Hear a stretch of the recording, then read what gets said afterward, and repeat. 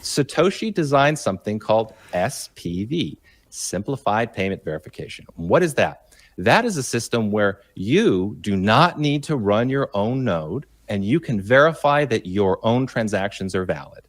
Okay? Satoshi, this is in the white paper. I don't know why you're shaking your head. This is literally in the white paper, and this is why this was a You're wrong about what it does. How am I wrong? Does not prove that you're following a network where the rules are consistent. They do not. All they prove is that your address is in a block. All they prove is that your address is in a block and that your hash is valid. That's it. Somebody could have printed that $1 billion worth of coins back in 2010, and your SPV will have no idea. Okay. I'll ask that question. If the network went off and there was 1 billion coins created in that bug and you were using SPV, would your wallet know? Would your wallet know?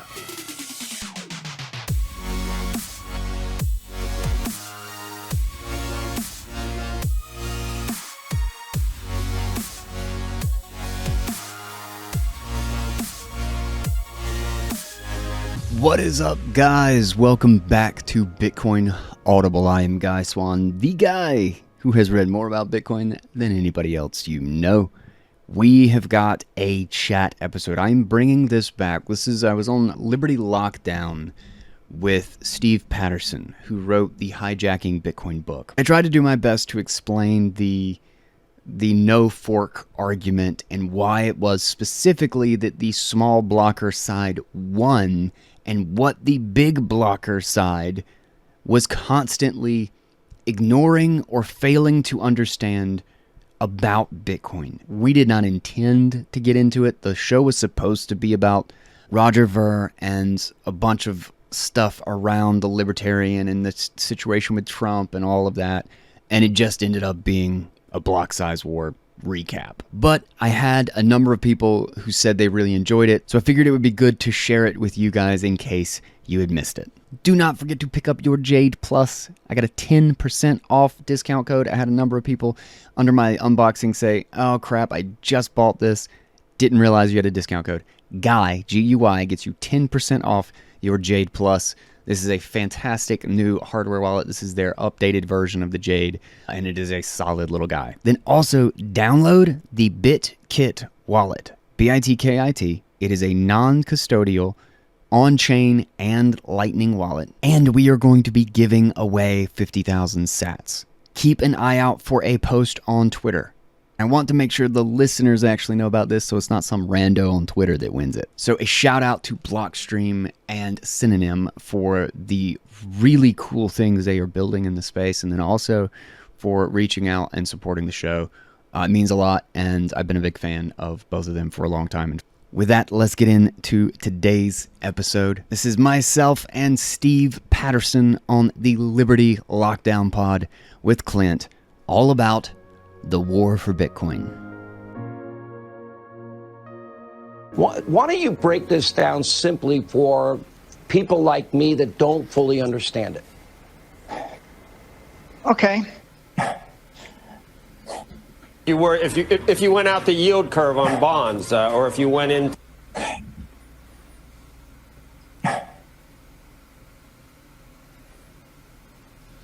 Sure. Is constantly growing. It's happening as all of these new companies, So let's just start at the beginning, if you don't mind, explaining what is it? Sure. Yeah, that's how I feel after this brutal debate. Today I have on Steve Patterson, the author of Hijacking Bitcoin, along with Roger Ver, along with Guy Swan. Now, I am breathing like that, not out of exasperation, because I enjoyed it tremendously, but rather it's frustrating that two people, or three people in this instance, that are so similarly aligned can have such contentious, heated arguments. But at the end of it, I feel like there's a bit of a kumbaya, a little bit. You guys are going to love this one. This is really, really interesting, entertaining. I learned a lot, as even though I know a decent amount about this stuff, I am definitely the layman in the group, and I'm sure many of you feel similarly to me. This is not going to be a rudimentary Bitcoin 101 debate, okay, or explanation. You're not going to have to sigh like Michael Saylor. This is going to be interesting as fuck. Even the stuff you don't understand, some of which I didn't understand, you will find it interesting and entertaining because they are so passionate and they are going at each other. Man, I did not expect this to be such a long debate. I didn't even want it to be a debate, but when you have a big block and small blocker on, even if you're not talking about block size, it's fucking inevitable. That's the direction things are going to go. At the tail end of this, we get into Michael Saylor, the MicroStrategy strategy, and whether or not it's viable long term. I think that it has the potential. I'll save the conclusion for the end, but I will say this: it has the potential to make him the richest man in human history, or it's going to blow up and damage a whole lot of people. And I think that it's very important because for those that don't know, what he's doing is, in my opinion, totally revolutionary. He's essentially serving as a central bank, but just for Bitcoin. It's fucking amazing. I'm very intrigued by it. We will explain a bit about it later on, so you'll get a handle on what he's doing and whether or not it's something that you want to look into further. I would encourage everybody to look into it further. Certainly, none of this is financial advice, but the world, it is a changing. This is a great conversation between two very intelligent, very passionate people. I think you're going to enjoy it a lot. Let's do it. Fuck it. Let's go. Well, Keith, like once I understood Bitcoin, I would go to bed with anxiety at night feeling short because I worried that somebody else would figure out what I'd figured out and they would buy it all and I wouldn't be able to buy anymore. And so once you get something and you look out decade or decades, the only issue is, how do I buy more of it? Yeah. Like, What's going on, fellas? We have big breaking news in the Bitcoin world. Aside from the fact that it hit six figures in fiat terms, Roger Ver went on Tucker Carlson just a couple days ago now, and basically pleaded his case to the world. I thought it was fantastic that he had that opportunity to get that message out there to such an enormous audience. Thank God for that.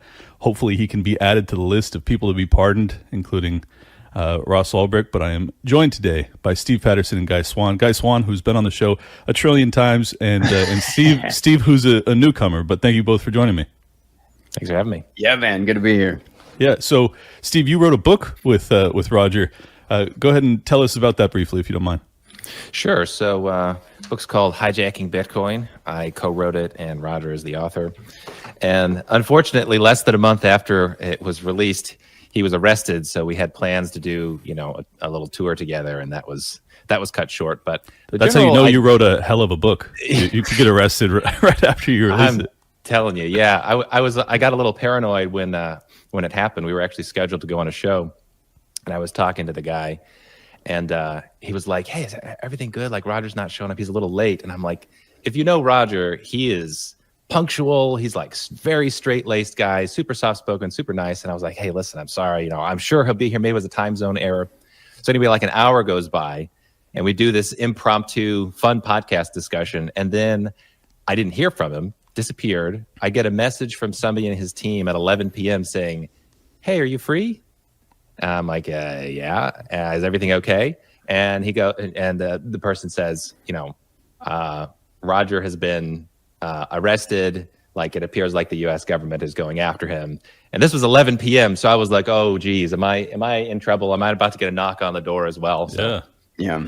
He was in Italy, was it? He was in Spain. He was off the coast of Spain. Yeah, there was a crypto conference for some privacy coins that he was going to speak at, and then that's where they got him in Spain. And apparently they held him in the same jail that they held John McAfee. So people were scared that maybe some funny business was going to happen while he was there. Fortunately, that didn't happen. Yeah, that is nerve-wracking. Just to steelman the state's case here, they're claiming that he did not pay the proper amount of exit taxes on his crypto holdings. Is that correct? That's correct. So when he didn't they say like $300 million or something bonkers like that? Yeah, I don't know what the exact number is. I think it's been a while since I read the indictment. I think they're looking initially for like 54 million. But the argument is when Roger renounced his U.S. citizenship, because he was harassed by the government many years ago and decided that he was going to renounce. He's like a hardcore libertarian on the spectrum of libertarianism. Like, he is a true believer, hardcore guy, and was like, I don't want to live in the States anymore. They're going to be persecuting me. I'm out of here. And so when you renounce, you have to pay what's called an exit tax, which is essentially you have to take stock of all of your assets and then give the government a cut for permission to renounce your citizenship.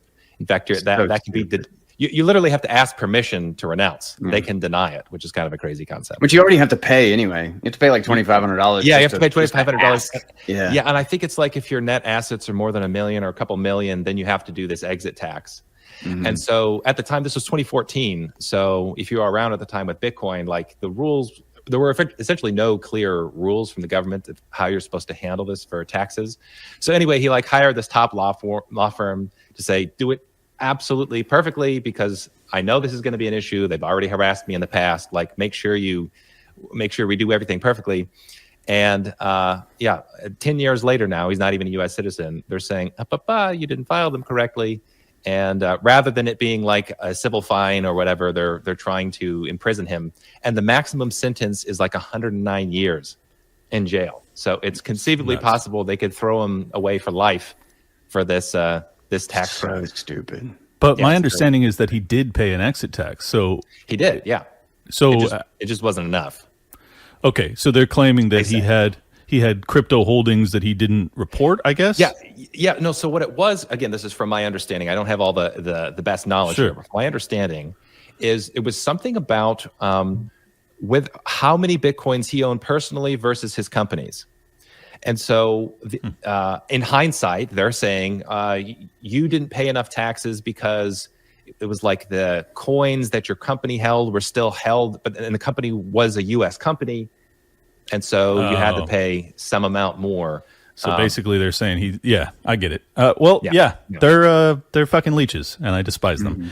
Well, and there's other, if people want to look into the case, there's other like crazy aspects of it. Like this law firm that he hired was apparently raided by armed agents trying to get documents related to his case. And he had previously had this case about attorney-client privilege that went all the way up to the Supreme Court about what happened. So it appears that this is just another example of political persecution. There's a bunch of people like Tucker, who has seen this pattern many times. He says the same thing. The lawyer Robert Barnes just came out, a couple of weeks ago, saying, I think he said it was the craziest tax case he's ever seen. And his thing is, tax cases. Yeah. So, I highly suspect that had nothing really happened since 2014, 2015, nobody would have cared. It's the attention that Bitcoin got and the unbelievable success that now they see. Look at the money we could have had. And I'm no doubt he went out of his way, as he should, as he's morally obligated to pay as little as he can. Put it with the company or whatever it is that a different entity owned it. Right. But like that's literally how the tax law works. Yes, you're like he has every not only obligation, but he has every right to do that. Yes. And they just came after him because like now they see dollar signs. Yeah, well, I'm not exactly sure what the exact motivation was. I do think it's plausibly connected to the book. So the story we tell in Hijacking Bitcoin is that there's a bunch of evidence that Bitcoin, as it was in 2013, is completely different than Bitcoin as it is in 2024. It's a much less threatening invention now than it was then. And we make a pretty careful case for that. Extremely well documented and cited. There's like more than 280 citations in the book. And so if our suspicion is correct that in fact Bitcoin has been largely neutered and there's almost nobody out there telling this story, then it might be not a coincidence that literally like 3 weeks after the book, 3 or 4, it was 3 weeks after the book goes live, they arrest him. So I don't know. It's hard to prove these things, but I would suspect there's more trickery afoot than just trying to get like $50 million. If you think of the money involved, $50 million is a lot of money to us, but to the U.S. government, that's like, I don't know, what do they spend that in a second or something? Yeah, no, tax charges are always about sending a message because they have the printing press. And they have unlimited borrowing capacity. So it's really not about actually getting the individual taxes because, as you said, they will burn it in the same hour that they receive it. So it's totally irrelevant. But I do think that it's about sending a message. And I think in Roger's case, certainly being an outspoken advocate for, just cryptocurrencies broadly, privacy, hard money, speaking out against the government for a decade plus. Yeah. Like whether or not it was actually the book and the timing of the book, or if it was just broadly his efforts over his the second half of his life, either way, it does There's appear no to doubt be. He's been on a list for a long time, and it's not just that he's he was dealing with problems before Bitcoin. No, they went after him. They imprisoned him. He was the first person ever to be imprisoned for selling firecrackers online because he didn't have a license for it. And then this is one of these crazy cases where like you look in the details, and apparently there's like documented evidence of the prosecutors who were trying to say like, look, don't throw the guy in jail, just give him a fine, or this is unprecedented. And apparently like an ATF agent said, you didn't hear what he said about us, because he was lambasting the ATF as being like a bunch of murderers for what happened in Waco. Or in the 90s. It's personal, man. It's always about do you challenge their authority? Right. And do you make them look like they aren't the ones in charge? And of all the people on planet Earth who are powerful and loud about challenging their authority, Roger Ver is up there in like the top 3. This guy's been around for a long time. He's also been funding dissident projects. Like there's no doubt in my mind he's been on that list, and they just seized on the opportunity to try to finally shut him up, throw him away, and send a message to anybody else who wants to speak up. Just for the record, I am not interested in this becoming a block size debate. However, because you guys are on, I think, different sides. We're on different ends of the aisle for that one. Yeah. And I think that it would just be interesting to not even get into it, because I think my audience I've had Guy on, and I've hashed this out because I wanted to understand the debate myself. But what do you make of the claim, at least Guy, that Bitcoin is no longer the threat to the system that it would have been in 2013-14? Health insurance is confusing, expensive, and frustrating, and claim denials are becoming more and more common. In fact, 1 in 5 Obamacare claims were denied last year. That's unacceptable. The headache of health insurance is exactly why CrowdHealth was created. It's not health insurance, it's a better way to pay for health care through crowdfunding. So, stop sending money to big insurance companies who profit off of not paying your bills, and check out CrowdHealth. I personally cannot stand health insurance or the health insurance process, which is why I'm so glad to be partnered with CrowdHealth. For $175 for an individual or $575 for a family of 4 or more, you'll get access to a community of people who are willing to help out in an event of an emergency. You'll get access to telemedicine visits, discounted prescriptions, and so much more without doctors' networks getting in the way. And of course, you'll join the crowd, a group of members just like you who want to help pay for each other's unexpected medical events. Let CrowdHealth help with your healthcare needs. Get started today for just $99 per month for your first 3 months by using code LOCKDOWN at joincrowdhealth.com. CrowdHealth is not insurance. Learn more at joincrowdhealth.com. That's joincrowdhealth.com, code LOCKDOWN. I obviously don't adhere to that. I think it's a misunderstanding as to what Bitcoin is versus a narrative that we tell ourselves about what it is. Because ultimately what happened during the block size war is the protocol was a certain way, and the highest value is that it is able to maintain consensus in spite of disagreement. Like that the network itself can actually maintain a set of rules and a consensus of who owns what. Even like Steve and I, a great example actually, is the fact that the large blockers versus the small blockers, which I don't really see that as the correct dichotomy. I see it as the people who wanted to normalize hard forking as a means of changing consensus in the protocol, and the people who saw the difficulty and how dangerous it was to do that, and why it is that is actually the highest value of Bitcoin. That we disagree. We disagree on everything. We disagree on cultural issues, social issues. We disagree on exactly how we should set this up, on what the exact parameters are. We can disagree all day and all night about a billion different things. And trying to figure out how to get a set of rules that is actually a baseline where even in the midst of disagreement, it remains consistent, that it can still be defensible.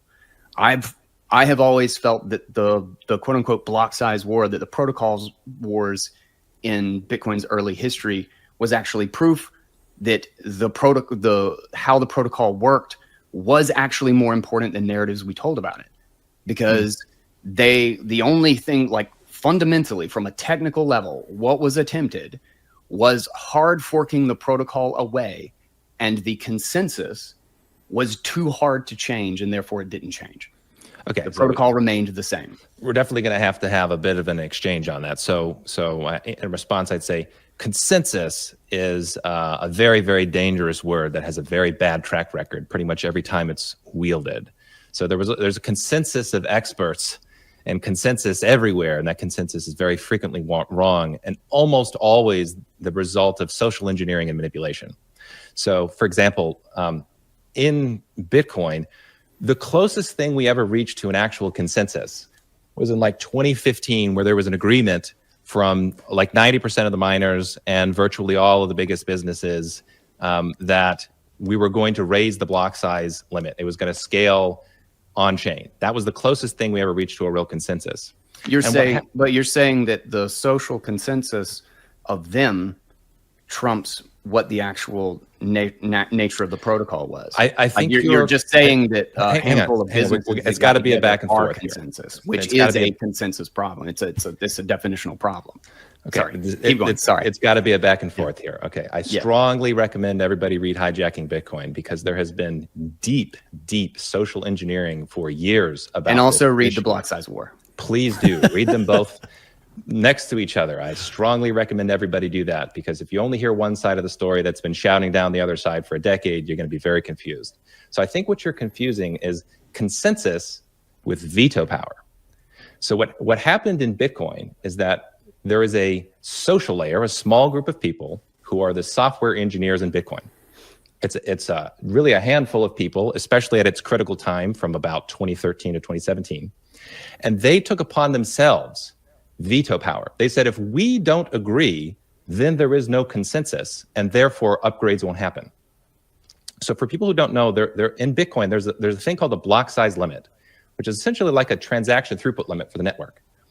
And the person who put the block size limit in place was Satoshi Nakamoto, its creator, who put it there as a temporary spam prevention measure. And he wrote about it, and the person that he gave the protocol to after he left wrote about this. This was supposed to be a temporary throughput limit for the network.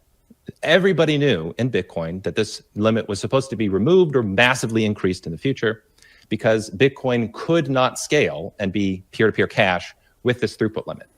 So what happened is a small group of software engineers, after Satoshi left, wound up creating for them. They made themselves the experts, and it's literally recorded in the book. This small group saying, "Look, if we don't agree to increase the transaction throughput limit, there isn't consensus, and therefore this protocol is not going to scale the way that it was designed to scale." And what was the result of that? The result of that is that there was a massive fracturing in Bitcoin, because we had this change of Bitcoin was going to be cash for the world. It was going to be low transaction fees. You can send and receive to anybody anywhere in the world, and it will cost you less than a penny. And it was forced into this weird new system, which is like you buy it and you hold it, and there's like high transaction fees, and maybe sometime in the future, there will be new technology that will be developed that you can use it as cash. And so by vetoing the ability of the protocol to upgrade the way that it was designed to upgrade, that forced Bitcoin to its current system. So you say there wasn't a consensus. Let me finish this thought and we can continue. There was effectively a consensus that we were going to scale the way it was supposed to scale. And then there was a small group that vetoed that and literally turned it into a different system. So you may think that's a strength, that nobody was able to change it, but that is a profound weakness that was exploited, that nobody was able to change it, even when there was this temporary spam feature that was turned into this thing that will never be upgraded. So, well, I know Guy's chomping at the bit. Despite the fact that I have a lot of questions, I'm going to let Guy go. So,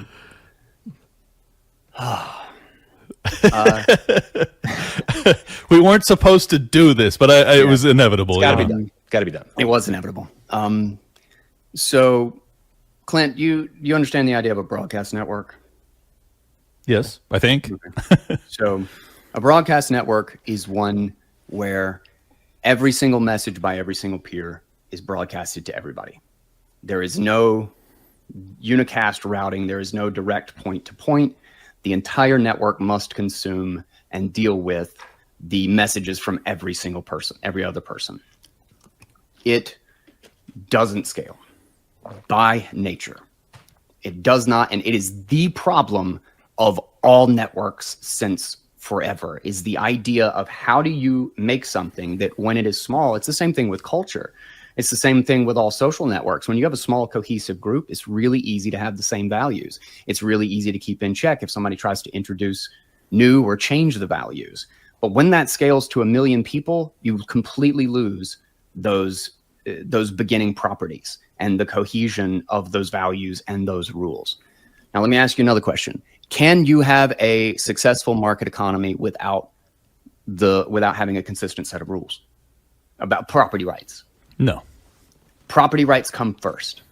Yep. You can't have retail. In my opinion, it doesn't matter. I haven't seen one that works without property rights. Yeah. It doesn't matter. Anything downstream requires property rights to be defined first, necessarily. Yep. Now, when Satoshi first launched it as peer-to-peer electronic cash, while the system is small, it works perfectly exactly like that. And its defense mechanism is the fact that it's a triple entry accounting system. Everybody can check the work, and therefore for themselves, they can decide which quote unquote Bitcoin they follow. They can do the math. So like a good example is that like if the three of us are all working in an economy and we're trading, and Clint, you're the only one keeping control of the ledger. Well, if you add some new points to your account, and Steve and I aren't actually doing the work to check it, well, then we're just going to listen to you, and we're just going to suddenly you're going to be able to buy all of our stuff. Like that's the nature of inflation. Right. The idea of Bitcoin was that we're all going to check it, so that when Steve and I see that you added 2 extra points, we literally reject you from the network. Like this is in the code. Like you disconnect and you strong bias. You do not connect to this node again, because this node has, and it's actually how you define a fork. It's the whole reason that forks happen, is because one node software disconnects from the other node. I think this is the important point here, is that Steve is saying that a handful vetoed. Is that true? No, that's not true. That's not true. Okay. Well, then I would like for you guys. Good example. You guys need to hash that out because I don't know what's true. From the blocksize war, a good example back from that period is Coinbase added themselves to this SegWit 2x agreement, the New York agreement. And when they said we represent like 40 million users or 40 million accounts, and which I was one of, and said that we're going to get together and on behalf of all of these users and on behalf of our companies or whatever, we decide that this was the way it was.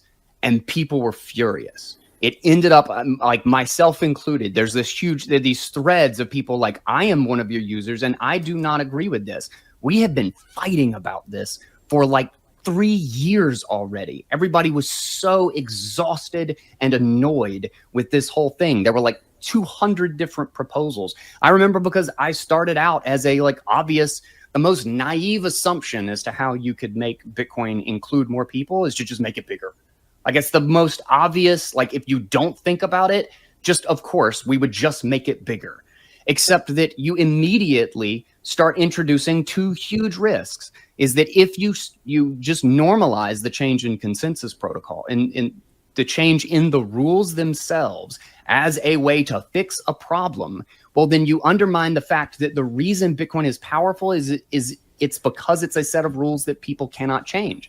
It's a set of rules that stays fundamental. And you will never solve electronic cash for the whole world if you cannot rely on the property rights, on the ownership system, the system of rules that actually define that.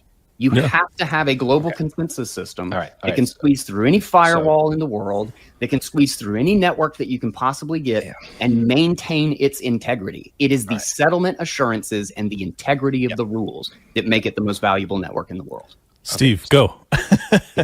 So just a couple of things here. Round two. We're going to have to shorten the monologue time between us both, because what happens is converse with these chains of reasoning. If you make an error down here in the bottom of the chain, when you're going to keep going and you're like way off base. Okay, so it's got to be a little bit more of a back and forth. I just want to bring up two things. Here's a question for you. So you say that this critical idea of Bitcoin is that the rules never change. Okay. So if I were to find the Bitcoin code from 2009 and run it on my computer, would I connect to the Bitcoin network since the rules have never changed? 2009? No, I don't think it would even boot up. What happened? Why not? I thought the rules never changed. The fundamental consensus rules are the same, but just what do you mean messaging standards on the network. What do you mean consensus rules? What does that mean? The 21 million signatures determine ownership. What creates transactions, like Satoshi's coins are still there.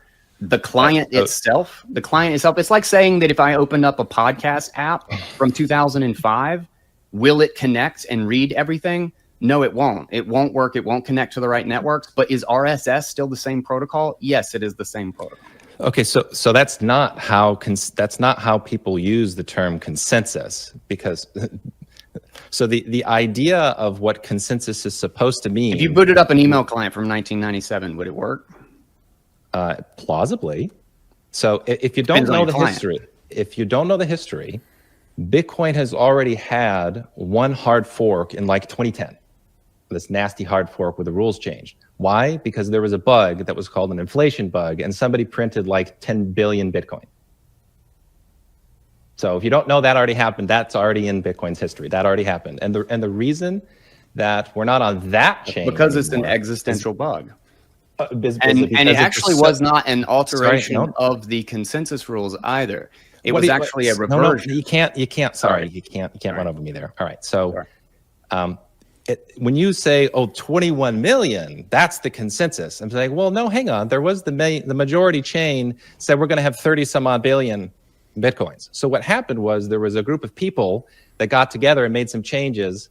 And then a bigger group of people said, yeah, these are the changes we're going to go with. So the rules actually, on a technical level, if you want to say what are the consensus rules in Bitcoin software, what that actually is supposed to mean is the set of parameters that your system, your nodes, if you like, are following, that if you change those parameters, you're on a different network. So for example, if you're running Bitcoin software and the user interface is blue, that's not something that's going to fork you off the network, because you could have a white interface or a blue interface.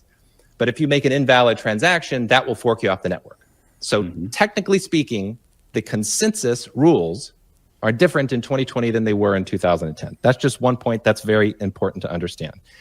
Second, this is a very critical problem here. You say, we're all going to check that the rules are the same and that like the transactions are valid for everybody on the network, right? Can you take a second to restate what you mean by that when you say we're participating in the system and we're all going to check? What are we all going to check? It's a triple entry accounting system. It's the idea that there is a public ledger. This was the same thing that BitGold from Szabo. It was what Hal Finney talked about in the eCash system, is how do we create a server where everybody can actually enforce and understand and see what's happening? How can you attest to exactly what's being run on the server, and how can you check? Because these were the ideas of the cypherpunks, is like, okay, well, how do we reinstitute trust in the system? Well, let's try to figure out how to make it so that the user can know what is happening in the system. Okay, can you be a little more specific? Okay. I need to explain the analogy and the reason and why this is a 20-year history that led us to Bitcoin first. If you own gold, you've probably been happy to see prices hitting new all-time highs this year, but your gold can do more than just sit there waiting for the price to go up. It can generate passive income for you.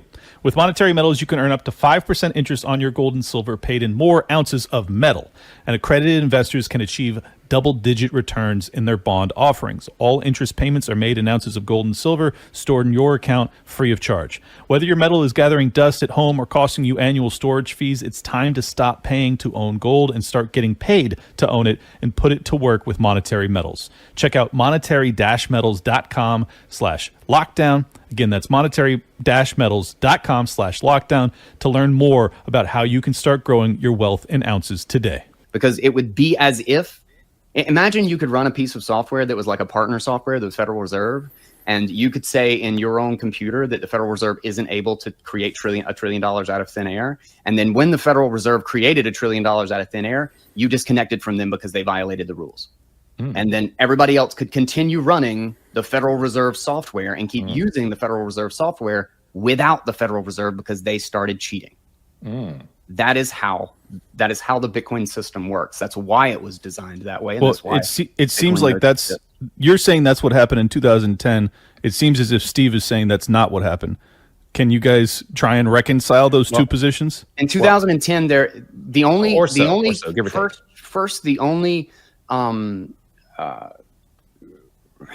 justification in which there is obvious reason to do a hard fork, it would be a existential bug. Quantum computing broke the signature. We got to change the signature. Or broke SHA-256, or an inflation bug. Inflation bug is clearly existential. Also, Bitcoin was like 100 people back then. You could just email everybody and be like, please upgrade. And the fork that occurred back then was actually a rollback to make sure that the bug was fixed, and then they remined to catch back up so that it was the most proof of work chain. So that did not actually break the rules. It fixed the bug, and then they rolled back like 13 hours worth of blocks in order to maintain the network state as it was without the bug. So it's not actually a hard fork in the way that he is suggesting, like Bcash. No, it's definitely a hard fork in that way. Those other networks are. Sorry. But regardless, an existential bug is a perfectly acceptable reason for 100 people. Who defines what an existential bug is? What is existential? When it destroys the entire value and the system of rules for the network. Okay, so this is going to end up being a social personal judgment, because if I'm going to say, here's a network that has a maximum of 7 transactions per second, I say, well, there's an existential flaw there, because that actually destroys the whole point of it using it as cash. It's fine if you disagree with that, but the point is, this is a social thing. You will never have a retail cash system for the world that is both decentralized and is a broadcast network where the messages go to everybody. You're very confused about how Bitcoin was originally designed. Okay, I have to say, you think that your subjective idea of how we should use it should determine how the code is written. No.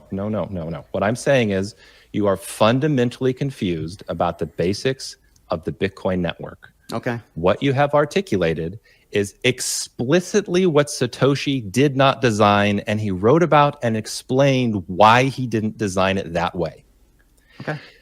The idea of the small block people is that everybody has to run their own node to verify all transactions on the network. If you're not running your own node, you can't verify all the transactions on the network, and that's a problem. Okay. You're not supposed to run your own node, every individual, because that system that you have described doesn't scale for obvious reasons. Satoshi wasn't so foolish to try to make Bitcoin into that system. What he said, and is quoted at length in the book and could not be misinterpreted, is that the system is not supposed to be like where a email user has to run their own email server in order to send an email. There's this technology, people, maybe they haven't heard of it. It's called... You can rely on trust and have a light client. Please don't interrupt me. No, you're wrong about that, okay? Satoshi designed something called SPV, Simplified Payment Verification. What is that? That is a system where you do not need to run your own node, and you can verify that your own transactions are valid, okay? Satoshi... This is in the white paper. I don't know why you're shaking your head. This is literally in the white paper, and this is why this was a... You're wrong about what it does. How am I wrong? Does not prove that you're following a network where the rules are consistent. They do not. All they prove is that your address is in a block. All they prove is that your address is in a block and that your hash is valid. That's it. Somebody could have printed that $1 billion worth of coins back in 2010, and your SPV will have no idea. Okay. I'll ask that question. If the network went off and there was 1 billion coins created in that bug and you were using SPV, would your wallet know? Would your wallet know with SPV? What do you mean if the network went off? If there was a bug exploited and there were suddenly 21 quadrillion Bitcoin in existence, would your SPV wallet know? My SPV wallet would sync up to the longest chain. And if there's a bug like 21 quadrillion coins. And if there's a bug like that, the same thing would happen in 2024 and 2025. Please stop interrupting me. This is crazy. Okay. I really can't have this conversation because what happens is it quickly devolves into shrieking. Okay. I'm telling you, you are confused about the basics. Let me just give one monologue here. Okay. Mm-hmm. Part of my motivation for writing Hijacking Bitcoin is so that I wouldn't have to have these conversations anymore. I wrote this book. Fair. No exaggeration, because the quality of ideas is so poor. It is infuriating to keep having these conversations with people who think that everybody has to run their own node, and they 100% they claim that Lightning is going to solve the problem, and it doesn't, and it's a failure. And even the people who are developing Lightning are acknowledging that it's a failure. So part of truly part of the reason is I could say, listen, if you actually want to hear the words of Satoshi Nakamoto and Gavin Andreessen, who was the lead developer after Satoshi left, and Mike Hearn, who was his right-hand man, talk about the system as it was designed. They run the numbers. The thing can scale. We see that empirically. Hard forks aren't that big a deal. We see that empirically. Ethereum has hard forks all the time. Nobody says anymore that this is a problem. Ethereum is trash. They're proof of stake. As I said, this frequently devolves into shrieking, and this is not a very high quality. That was not shrieking. Let's just say Ethereum is trash. Yeah, it's trash. I mean, okay, shrieking. I guess I usually say that's a high pitch.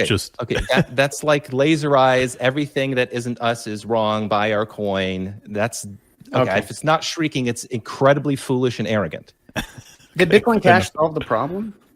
What problem? Scaling decentralized, trustless money peer-to-peer for the whole world. So for people that don't know, Bitcoin Cash is an interesting altcoin because its history goes all the way back to the beginning of Bitcoin in terms of its blockchain history of transactions going all the way back to the Genesis block. And in terms of the network design, they are trying to build the system that Satoshi envisioned, where you have scaling with big blocks, which it actually isn't a technical problem. And we run the numbers in chapter 7. It's like the BTC people are orders of magnitude confused about the relative cost involved, and they don't understand that regular users aren't supposed to run their own node, which there are multiple quotes of Satoshi in the book from. So in terms of, do the fundamentals of Bitcoin Cash have the ability to scale to mass adoption? I think they do, yes. They don't have as much retail adoption right now. There's been a smear campaign that Bitcoin cashers are the anti-vaxxers of crypto, where you go, oh, surely you're not one of these crazy people that wants to raise the block size limit. Yeah, okay.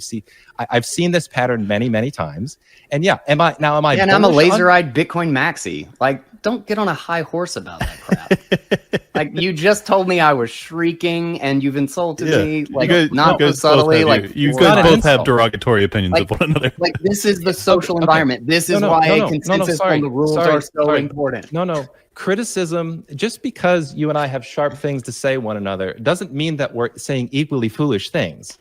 You realize that the people who are the anti-vaxxers and the people who are the pro-vaxxers also have very sharp things they say to one another, and one of them is right and one of them is wrong, and one of them actually earns the sharp derogatory language directed at them. And I'm saying the facts matter. That you think yours is the one, and I think I'm the one. No. I'm saying you're factually mistaken. You have a belief stack of like 15 different beliefs that you bring out.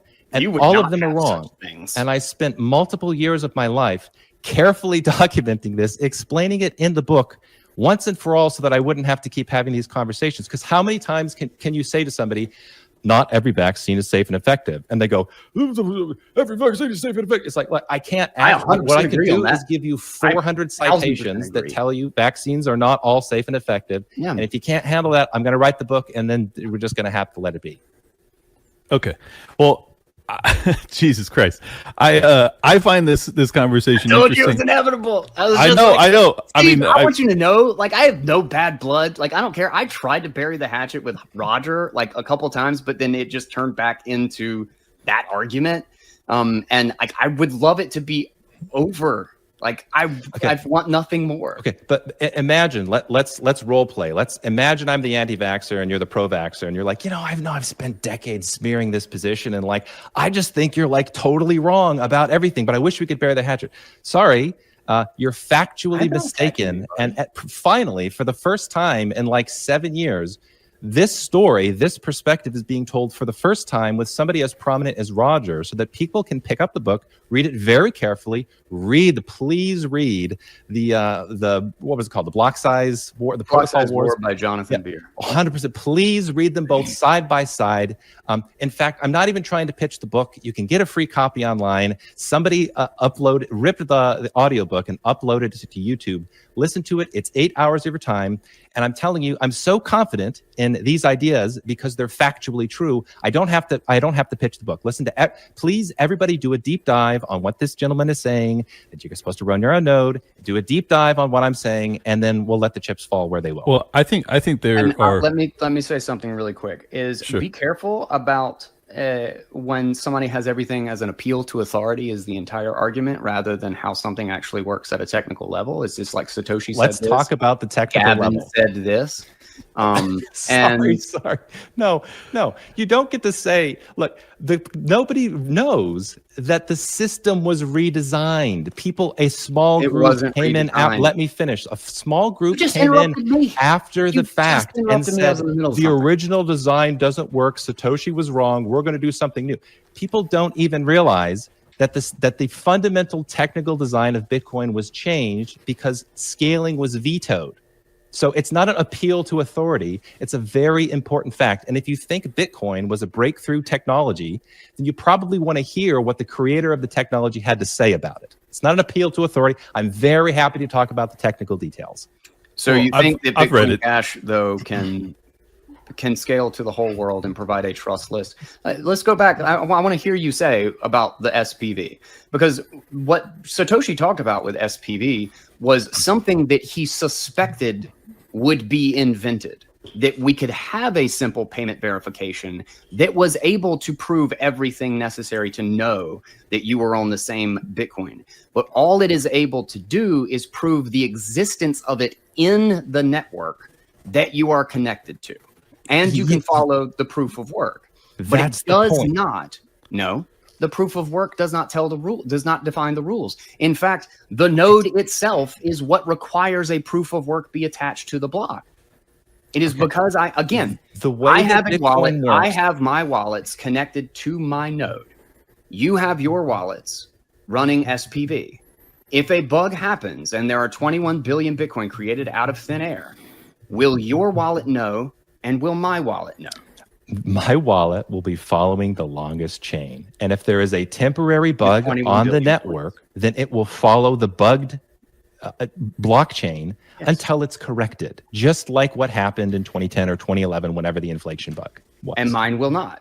Okay. Mine will stay. Here's an interesting thought experiment. Mine will stay on the chain with the accurate rules. Will it? Well, let me ask you a couple of questions about that. Okay. So let's say in your chain, you've got a bunch of nodes. Let's say all the miners go over to a big blocker chain, and you've got a network of a bunch of nodes that haven't switched over. Does that blockchain work?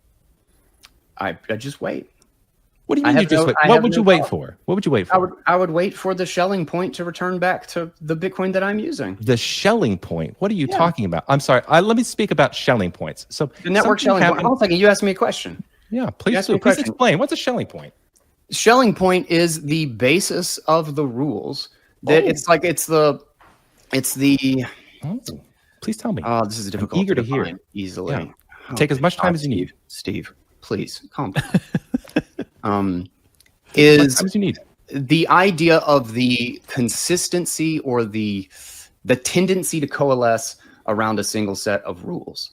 And networks specifically have a very, very powerful Schelling point. This is why it's so hard to take out Facebook or Amazon or replace TCP/IP as after they become like a dominant thing. Is, you know, like the quintessential example or whatever is if you're meeting somebody in New York, where do you go? And it's like Grand Central Station at noon or something. Is that like two people from completely different places will just come up with the same answer, or likely to come up with the same answer. And this is all based on adoption, just mass adoption. It's just about kind of like a network phenomenon of things kind of coalescing towards like some sort of a standard. It's basically a claim that standards tend to exist. Yes. And it's the exact same reason why we don't have tons of innovation in TCP/IP is because the internet would break if a whole bunch of people were running. Like, it is literally because we were all using the exact same system of communication. TCP/IP, right, because otherwise we couldn't communicate with each other. All right, Steve. Yeah, Steve, please. You're shaking your head. Basically, every word guy says you're shaking your head. I would love to know why. That was really bad. So there's a bunch of minefields here. Thank you. Something that happens in Bitcoin in particular, which is funny because I harp on the Schelling point thing because the same thing happened in BCH when people were abusing this term they don't understand. There are a few minefield words, let's say, that people will bring up when they don't know what they're talking about and they try to sound very intelligent. One of them in Bitcoin is Schelling points. And I say that, and let me say specifically, there was this guy named Omri Sachet who essentially said that, oh, well, I'm a Schelling point. I've had him on my show. Great. Okay. This is a great individual. He probably doesn't know what Schelling points means, or if he does, he's just using it because he understands people are intimidated by that term. Okay. So wasn't he the one that forked off of Bitcoin He Cash? was the one that forked BCH into his own project. Gotcha. Yeah. Because he thought he was a Schelling point. Okay. So the general idea of a Schelling point is collaboration in the absence of communication. The whole I'll repeat that again. The whole point of the concept of Schelling points comes from game theory, where they're trying to model how do people collaborate with one another in the absence of communication. So interesting. It's an interesting concept. If you're trying to meet somebody in New York City and you have no way of communicating with them, where do you meet up and when?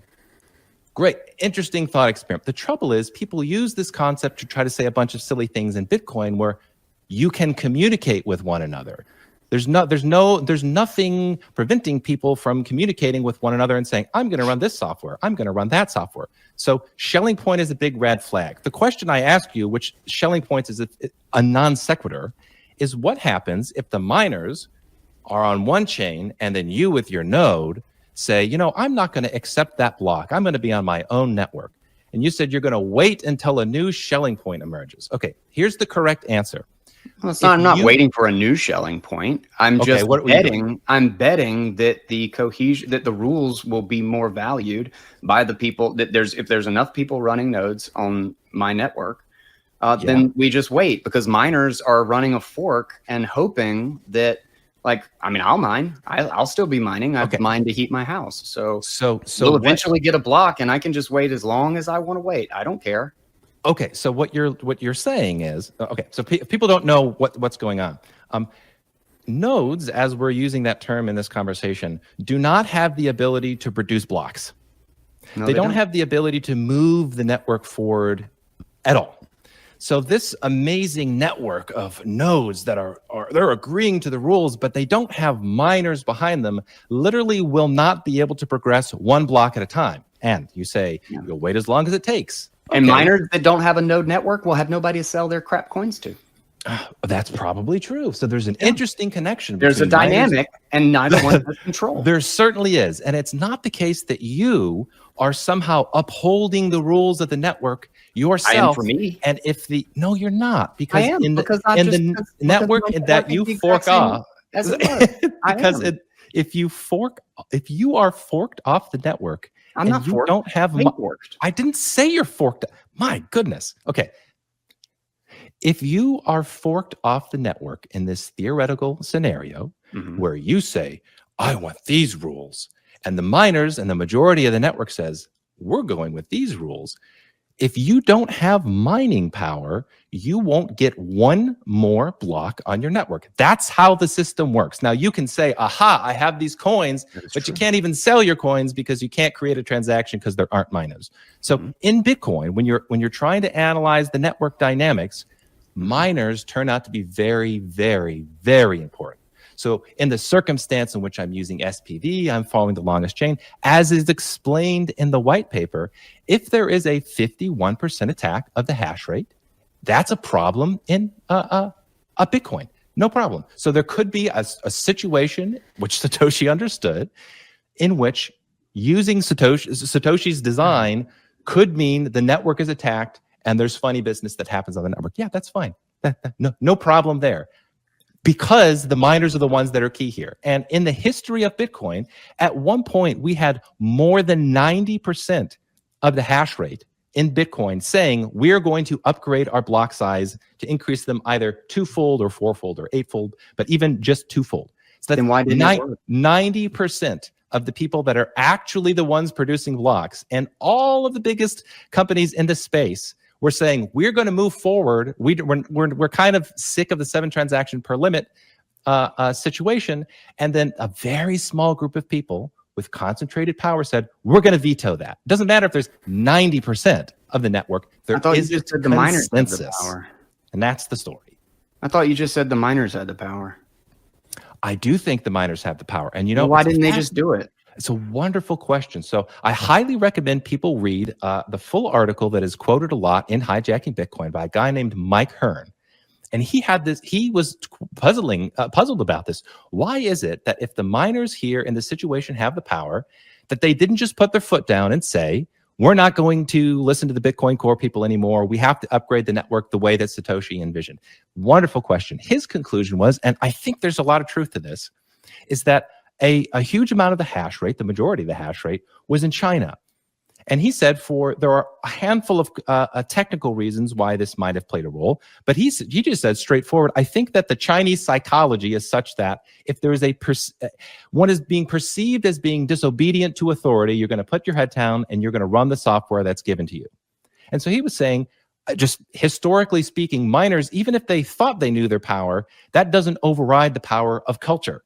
Where they said, we don't want to be the ones who are seen as, directing the network. We're going to take our instructions from this small group of people, the Bitcoin Core developers. But it's a fascinating question. I agree with Mike Hearn. There's maybe some other things going on here, but good question. Yeah, I think it was more that they were going with the New York agreement because it appeared as if all the companies wanted this, and then everybody else, the users, myself included, were not happy with this. And the idea that this was going to be forced and that I was going to be forced to download a fork chain. Here's a really interesting tidbit that's left out of this conversation almost invariably, is that there's a pretty easy dynamic to see that it is the network that survived, the network that is currently dominant, where people really understood the dynamics and the trade-offs of Bitcoin from a foundational level, is because SegWit 2x, the one that all of those 90% of miners and all of those companies and corporations got together to support, never produced a block because it had a off by 1 bug and it failed on arrival. It was DOA out the gate. And then Bitcoin Cash broke one of the most elegant parts of the consensus rules by making the difficulty adjustment lopsided, which there were even conversations that I was having with people that we were like, this is going to be a disaster. And they were so angry and there was so much like vitriol that they talked openly about it was called the emergency difficulty adjustment, the EDA, is that because it was lopsided to the low side, is that it was actually going to steal hash power from Bitcoin and they were going to kill the Bitcoin network when they forked off. And we would have like just kind of like private discussions in our little rooms. And we were like, they don't understand how this works. This is going to work against them. And this is going to be a disaster. And it was just kind of like, well, don't tell them. And so they forked off. And for like the first month, the network went crazy. They went between like 4-hour blocks instead of like the consistent 10 minutes. And then they'd have like 1,000 blocks in like 20 minutes or 30 minutes because it would get lopsided. And then even then the developers were saying, don't worry, this will even back out. And we were talking about it again. It's like, no, it's going to get worse because they're going to get good at gaming it and they can jump back and forth between networks. And that's exactly what happened. It got progressively worse. They had to hard fork again, like a few weeks after they hard forked to fix the network that they created. I think therein lies, and they were also aggressively against SegWit. Like we did get bigger blocks. We did get bigger blocks. SegWit doubled the block size at the time. It's another landmine. It did it in a backwards compatible way so that the people who were running nodes weren't being kicked off the network and forced to download a new client, which of the two options both would have caused a disaster on the network. I just hit 3 points. As I said before, there's like a belief stack that's very thick. Like pretty much all of these beliefs are wrong and misleading. And like, just go through them quickly. You say, oh, as evidence, the failures of SegWit, they didn't produce a block. Yeah, the code was abandoned before SegWit 2x because the person that was developing said, we're calling it off. 2 weeks. Imagine. 2 weeks. What do you mean 2 weeks? What 2 weeks? It was 2 weeks before the launch. Sorry, just to clarify your position. The developers who were developing SegWit 2x abandoned the project 2 weeks before it was designed to go live, and then the project didn't go live. Oh, the embarrassment. I can't believe such a thing would happen. Sorry, point number 2. You're talking about the difficulty adjustment algorithm. Yes, it was Stop interrupting me. Stop interrupting me. Okay, I'm responding to 3 of your points. You're talking about Bitcoin Cash and the difficulty adjustment algorithm. Yeah, this was also predicted by the people in Bitcoin Cash. And you know what happened? They fixed it. They said, this is going to be unstable for a little bit. It was unstable and they fixed it. And yeah, they do. Are you aware that you talk about hard forks? Bitcoin Cash had a development rollout schedule of like every 6 months, there's going to be a hard fork upgrade. You're pretending like this is some grand failure when there's a hard fork upgrade. Every single coin except for Bitcoin goes through regular hard fork upgrades. Okay. Look how well they do in the lack of consistency.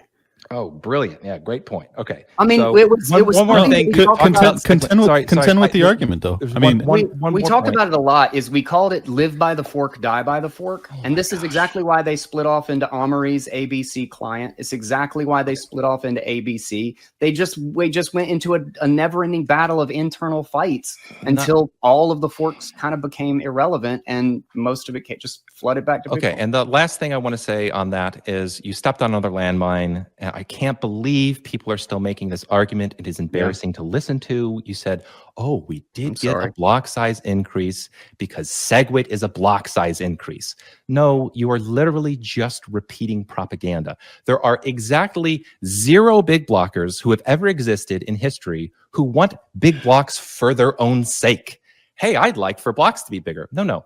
It's that the block size is supposed to correspond to the transaction limit on the network. SegWit technically did actually increase the block size limit. That's correct. And did we get a corresponding doubling of transaction throughput on the network? Yeah. No. It's about right. So to say we got bigger block, that is embarrassing. You should not say that. Please take that out of your index of arguments that you make. That is incredibly disingenuous. And the people that made that argument knew that it was disingenuous. It's not about bigger blocks. It's about more transactions.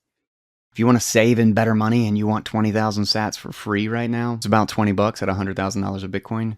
Check out Fold. Every time I swipe this card, I get 0.5%, sometimes 1, sometimes even 1.5%. I can get 2, 3, 5, even 10% on gift cards with major merchants. Between the roundups, the gift cards, the auto stacking, the sats back on every single swipe, Fold literally does all of the work for me, and it is denominated in Bitcoin.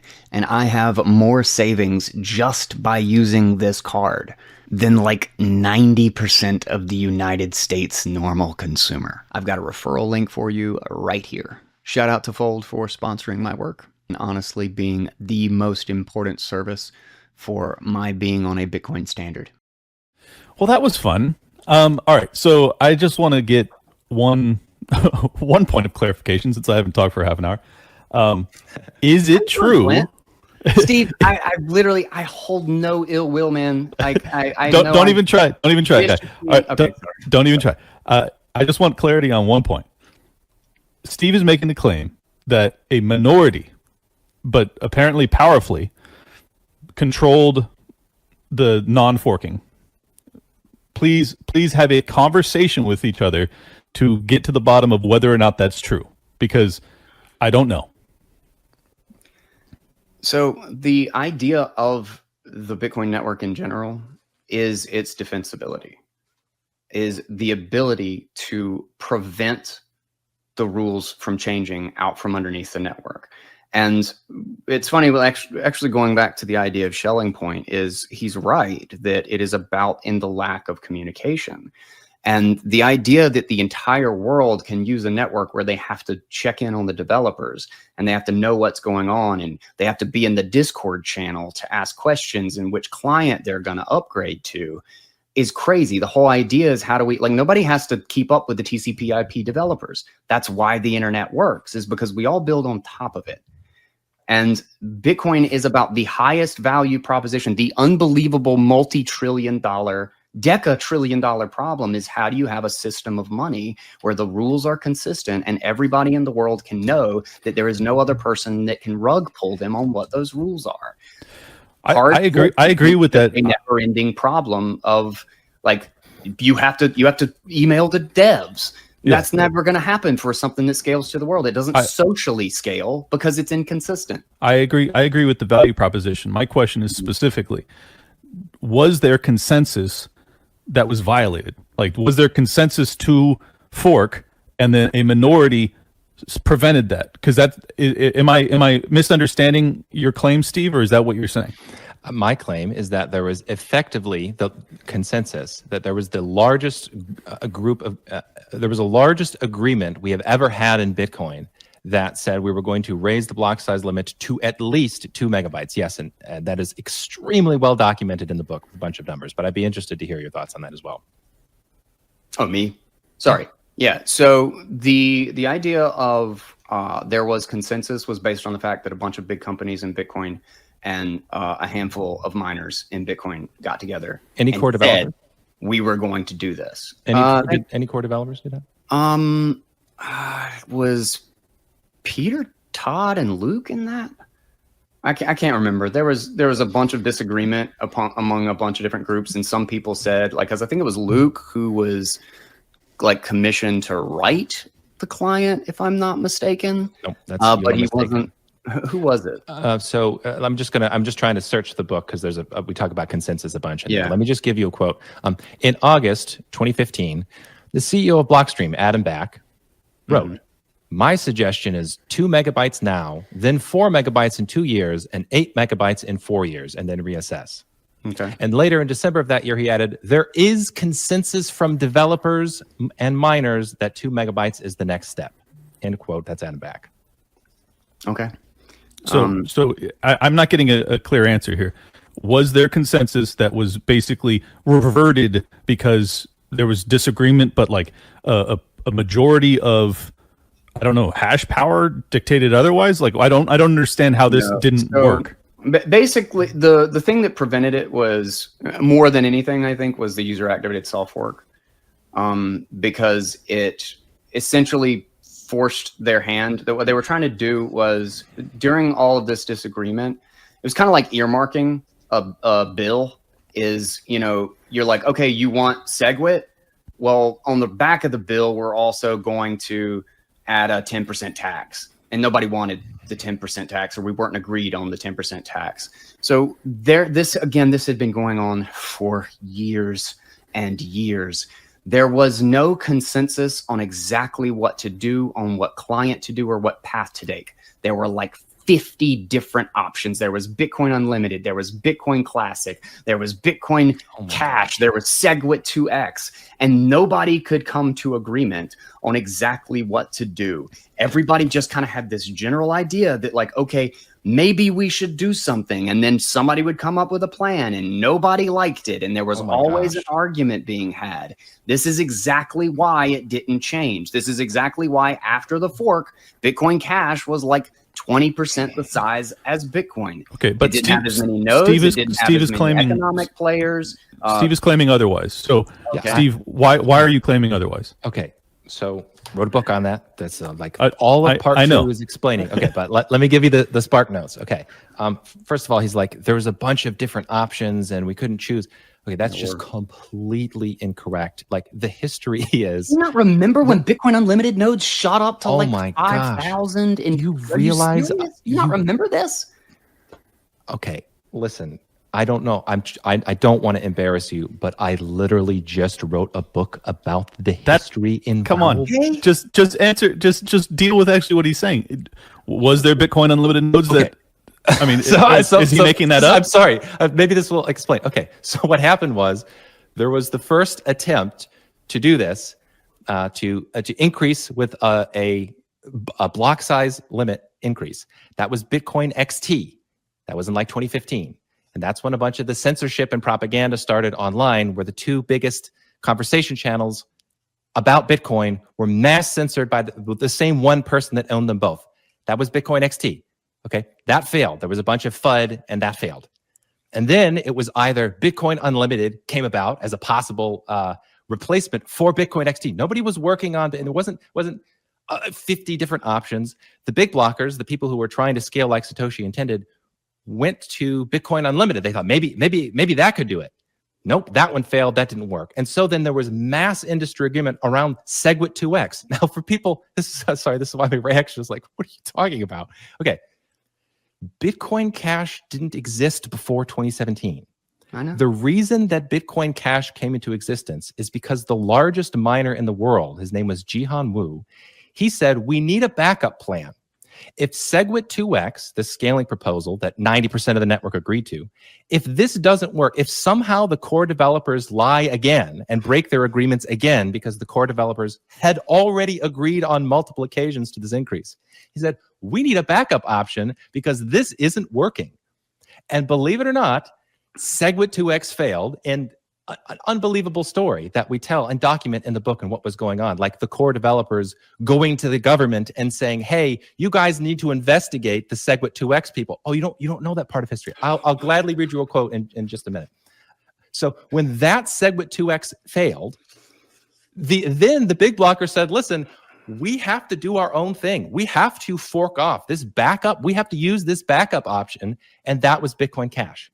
Okay, that's the story of where Bitcoin Cash came about. Now, there's a few quotes I want to read you from the book that might blow your mind here. There's one, I wish I could find it, where I think it's Greg Maxwell on the subject of consensus. It's in there, I just can't find it. He says, I'll paraphrase. He says, how do I know there isn't consensus to upgrade to larger blocks? Because Peter Todd and Vladimir Vondelon disagree, and therefore there's no consensus. That's a rough paraphrase. There's like a handful of people that disagree, and so there's no consensus. It's literally in the book. Okay, I do. You were laughing before. I'll let you speak. I have to find another quote, and then I'll jump in. Okay. This is where it constantly gets into quotes and like who said what, and holy God, the mess of the years of this. Like I could go through and I could be like, quote that Roger Ver said, and I don't want to dig at Roger Ver. I did not want to do that. I don't want to do that either. Let me ask a question. I am okay with risking that it becomes PayPal 2.0, and everybody else was not okay with that. They were not okay with risking the core fundamentals of the network and throwing it in the trash. And it simply didn't have consensus. It obviously didn't have consensus because it didn't change. He's constantly saying it's a perfect example of mistaking real consensus for the people who are important in the social environment. It's like saying that Twitter has consensus because Elon and like 10 of the biggest accounts on Twitter all say we're going to do this, and they think that they all agree, and then suddenly everybody doesn't upgrade their Twitter client, and all 10 of these people are all by themselves, and there's a huge fight about it online, and then it doesn't happen. They were like, well, we had consensus. We had We had 80% of the follower batches in all these, 20 million accounts. And that's what it was. It was why it pissed me off so much, is why it pissed so much of us off, because a whole bunch of corporations got together with a bunch of big mining pools and said, we're going to do this. And I was just like, what the fuck? We've been arguing about this for like 5 years. We've been arguing about this since the beginning, and you're just going to fucking decide? No, you're not. And so I spun up a user-activated soft fork, and I said, go to fuck yourselves. I'm not going to do it. Go mine your shitcoin. And they bailed 2 weeks ahead, and there was a DOA bug in their client, which just vindicated the fact that they didn't know what they were fucking doing. They were about to push shit software that would have shut down the whole network for the first time since 2010. Like, they were not safe. They were not conservative. They were not thinking about this as a huge, high-integrity settlement assurance system. This, to them, was not nuclear-grade software. It was just a toy for their retail fucking business. Like, this is the whole fucking argument. And you know what the first response to Satoshi when he released the white paper essentially was? This is a great idea, but it doesn't scale. This has been the whole fucking time. Holy God. Yeah. So there's just so much in there, right? I guess sure there is. If nobody has heard these ideas before, please be aware this is because there is a mass social engineering attempt that we document in the book. It's always a conspiracy. It's always a conspiracy. It's always like you've manipulated me and you've censored the conversation. It was a Reddit, man. Roger Ver owned Bitcoin.com. Roger Ver owned the Bitcoin Twitter handle. You act as if nobody knew the arguments. We've been doing this for years. Everybody knew. Calm down. Everybody knew all the clients. Deep breath. Okay. So for people who don't know, because a lot of people came into this like post 2017, there were by far the two largest discussion platforms in the world for talking about Bitcoin. One was Reddit, by far the biggest. The other one was a site called bitcointalk.org. Those two, I don't know the specific numbers. I would say conservatively, 80% of the conversation was happening on those platforms. Could be higher than that. Okay, turns out, talking about conspiracies, would you believe it? The same individual named Thamos, we don't actually know who he is, owned both of those discussion platforms. And in 2015, when there was this Bitcoin XT fork, because big blockers said, okay, people are stalling progress. Maybe people who have bad intentions and maybe a bunch of useful idiots, that's also possible. They're stalling progress. We have to scale this technology. We're going to use Bitcoin XT. He made a big post saying that you can't actually talk about this anymore. And if you do, you're going to be banned. And so there in Bitcoin's history, the two major discussion platforms owned by the same person were mass censored essentially on the same day. Why is this interesting? Okay, well, obviously it should be important for libertarians. Something else happened later. There's another weird pseudonymous person named Cobra Bitcoin. Who's that? Well, he is at least a partial owner of bitcoin.org. And this gentleman, Thamos, and Cobra had a conversation, again, recorded in the book, that people will probably be shocked to hear, where they said, I kid you not, I'm paraphrasing, they said, newcomers are being misled about Bitcoin by reading the Bitcoin white paper. They're reading Satoshi's words, and they're being confused. So you know what we need to do? We need to change the white paper. Do you think that's a good idea? I'm not exaggerating. It's literally quoted in the book. There's a conversation between this Thamos character and Cobra saying, maybe we should rewrite the white paper so that newcomers aren't misled. Yeah, okay? No, I don't think that's a good idea. That's not a good idea. That was stupid. Everybody thought that was stupid. That's why it didn't happen. Okay, and so we know they had a private conversation. Peter Todd talks about raising the 21 million limit all the time. I like the guy, and I disagree with him on a whole bunch of things. He's just a dude who said a thing. Oh, interesting you bring up Peter Todd. So again, the other story, we really do have to talk about the censorship, but we should talk about Peter Todd. Hold on. Before you do the Peter Todd thing, because I think this is important. Yeah.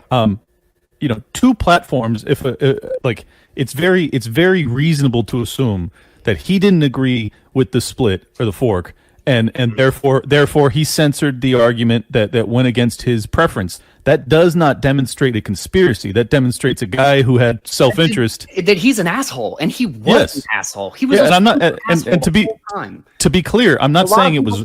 I spoke out against that. Yes, I'm not saying it was right. Let me be. Sorry. Let me just be very clear. I'm not saying that it's a good thing, but the claim that Roger hinted at, and what it seems as if you're hinting at, is that essentially the government has taken over Bitcoin. So how do you connect those dots? Great. Yeah, great question. So you're right. If your point. When I'm allowed to talk, I ask really good questions. That was an excellent point. It is not conclusive proof that there was this mass censorship. 100%. It's a red flag, and I think a general policy should be when there is mass censorship at that scale, that talking about coordinated action is like talking about you got to talk about it as if it's a conspiracy. It's not conclusive proof, but there's a bunch of other stuff we documented in the book of them coordinating effectively propaganda campaigns, and this actually plays into the John Dillon thing. Okay, so what I wish Roger could have gone to in a little bit more detail in the Tucker interview, but there's just so much to cover, is this will be fascinating to people who haven't heard it before. One of the Bitcoin Core developers is a guy named Peter Todd, an interesting character. He has been involved since very early days, and he was... HBO said he was Satoshi. Yeah, that was... I throw that in. I thought that was pretty shocking. It's definitely not. I'll bet money on that one. Me too. We agree. So, yes. You're the man, Steve. All right, likewise. So he was one of the earliest proponents of the most extreme version of this small blocker concept. And he produced a video in 2013, I want to say it was, that was, it was like the slick animated video. And it said like, this is why you should never increase the block size limit, because such and such, it'll keep the network decentralized. And at the time, I remember virtually everybody said, this is insane. This is a crazy idea. In fact, as we quote in the book, even Greg Maxwell, of all people, probably the most influential Bitcoin Core developer in terms of his net impact on the direction of the project, said essentially like, yeah, people are going to be confused by this one. Anyways, it was it has been called propaganda video. It appears to be a propaganda video. He was also supporting this thing called replace by fee, which has since become standard. What is propaganda aside from the fact that he made a video to explain? Hang on. I'll explain. I'll explain exactly, because it connects to John Dillon. Okay, so there's this feature in Bitcoin called replace by fee, which is that if you have a transaction that you have broadcast and it's not been confirmed into a block, you can essentially make a different transaction with a higher fee to try to get your transaction changed. Okay, so part of the problem of this replace by fee is that it sort of breaks the security of what's called zero confirmation transactions, which is you want like instant payments, and you don't really get that in Bitcoin. You get something that is okay security with zero conf. But this Peter Todd character said, essentially, almost verbatim, we're going to try to break zero confirmations now because it's theoretically insecure. Okay. Yeah. So Gavin Andreessen, if people don't, one more name. When Satoshi left the project, he gave the development keys over to this guy named Gavin Andreessen. And Gavin Andreessen is on the record, quoted in the book, saying, "I have started to." Sorry. One more name. Forgive me. I know. Terrible storytelling. All right. So there's this other guy directly connects to Peter Todd, and his name is John Dillon. We don't know who John Dillon is. John Dillon, apparently, it was revealed, was paying Peter Todd a little bit of money to, one, produce this propaganda video, and two, to produce the replace by fee thing. And John Dillon is recorded in the forums also arguing we need to break this ability for zero conf transactions, because that's very important. And Gavin Andreessen, the heir of Satoshi, said, I've started to become suspicious that John Dillon is like a very sophisticated troll who has an ulterior motive of breaking Bitcoin. That's almost a verbatim quote from Gavin Andreessen. Well, isn't it interesting? John Dillon's account was hacked some years ago, and it revealed private conversations that he was having with Peter Todd, the Bitcoin Core developer. John Dillon claimed to be, in private conversation, he claimed to be high up in intelligence. But he said, I had a change of heart. I'm not like the intelligent, like the people that want to throw away Assange and the others. I've had a change of heart, and really, I'm looking out for Bitcoin. So just to articulate what's the connections with government. Here's one. There are others. Peter Todd, Bitcoin Core developer, was privately getting funded by and having private conversations with John Dillon, who self-identified as somebody in intelligence. And when Gavin Andreessen said, I sort of suspect this guy might be trying to break Bitcoin, that was before the hack had happened. Okay, now would you say, Clint, that qualifies as a little bit of evidence? Yes. Yeah, it does. But I would like, obviously, additional information as to was John Dillon taking marching orders from the federal government to do this? Oh, yeah. I mean, that would be amazing, right? I don't think that we have anything that is a smoking gun like that. Let me just say something we haven't talked about at all, and it's another piece of the puzzle here. So a big part of the Bitcoin Core developers formed their own company in, I want to say it was 2014, called Blockstream. Okay, Blockstream has leveraged more influence over the network than any single company in Bitcoin's history by a large margin, because they were the people that effectively said, we're going to try to scale Bitcoin with multiple layers, and we're going to abandon Satoshi's vision. We're going to bring about the new vision. Okay. Now, Blockstream is an interesting case because they're a for-profit company that is working on nonprofit software, and this is a possible entry point for government leverage, or any leverage, even corporate leverage, over the Bitcoin protocol, is when you have Bitcoin Core developers that form their own company. Like, if you control that company, you can influence the development of Bitcoin. Well, over time, despite not really making a profit, they don't really have a profitable product. They have raised at this point over $500 million from venture capital. Now, it's not just venture capital, it's also the financial establishment. Now, this is very suspicious, considering that's an enormous amount of money for any company, and these are the people that are the closest to working on the protocol. It should also be mentioned, I'm not exaggerating, this is going to blow people's mind when they read it in the book. I'm not, I promise you this is actually factually true. Blockstream, company that employed the most important Bitcoin Core developers, one of their products that they do offer is called the Liquid Network. And the Liquid Network is an alternative blockchain on which they make 100% of the transaction fees. Potential conflict of interest where you have a company employing the core developers who are saying, we're not going to scale on chain, we're not going to scale a Satoshi design, we're going to scale with layers. And the CEO of that company is Adam Back, who is on record, quoted in the book, saying, you know how those Bitcoin fees are really high? You can be part of the solution by using the Liquid Network. I'm not exaggerating. I swear that actually is a fact. So this is another thing that people aren't talking about. You want to talk about leverage and power in Bitcoin. Blockstream is another, a lot of smoke around that company. I would love to hear from Guy as to, does any of that you just heard concern you? Because I would imagine some of it does. Well, John Dillon saying he's high up in intelligence. First off, that would not surprise me just in general, because that was pretty common in cypherpunks. Like, cryptographers are usually hired by the NSA. Like right. It's a very, very small community. Adam Back in particular. It's not a smoking gun, but it is interesting. That's all I'm saying. Cypher. Adam Back has been a cypherpunk for 20 years. Like, he'd been doing this practically his whole life, trying to build. I mean, he's cited in the white paper because he's been trying to make this work the whole time. My question is, what would it look like if Adam Back, who also originally hoped that we could get a block size increase, and then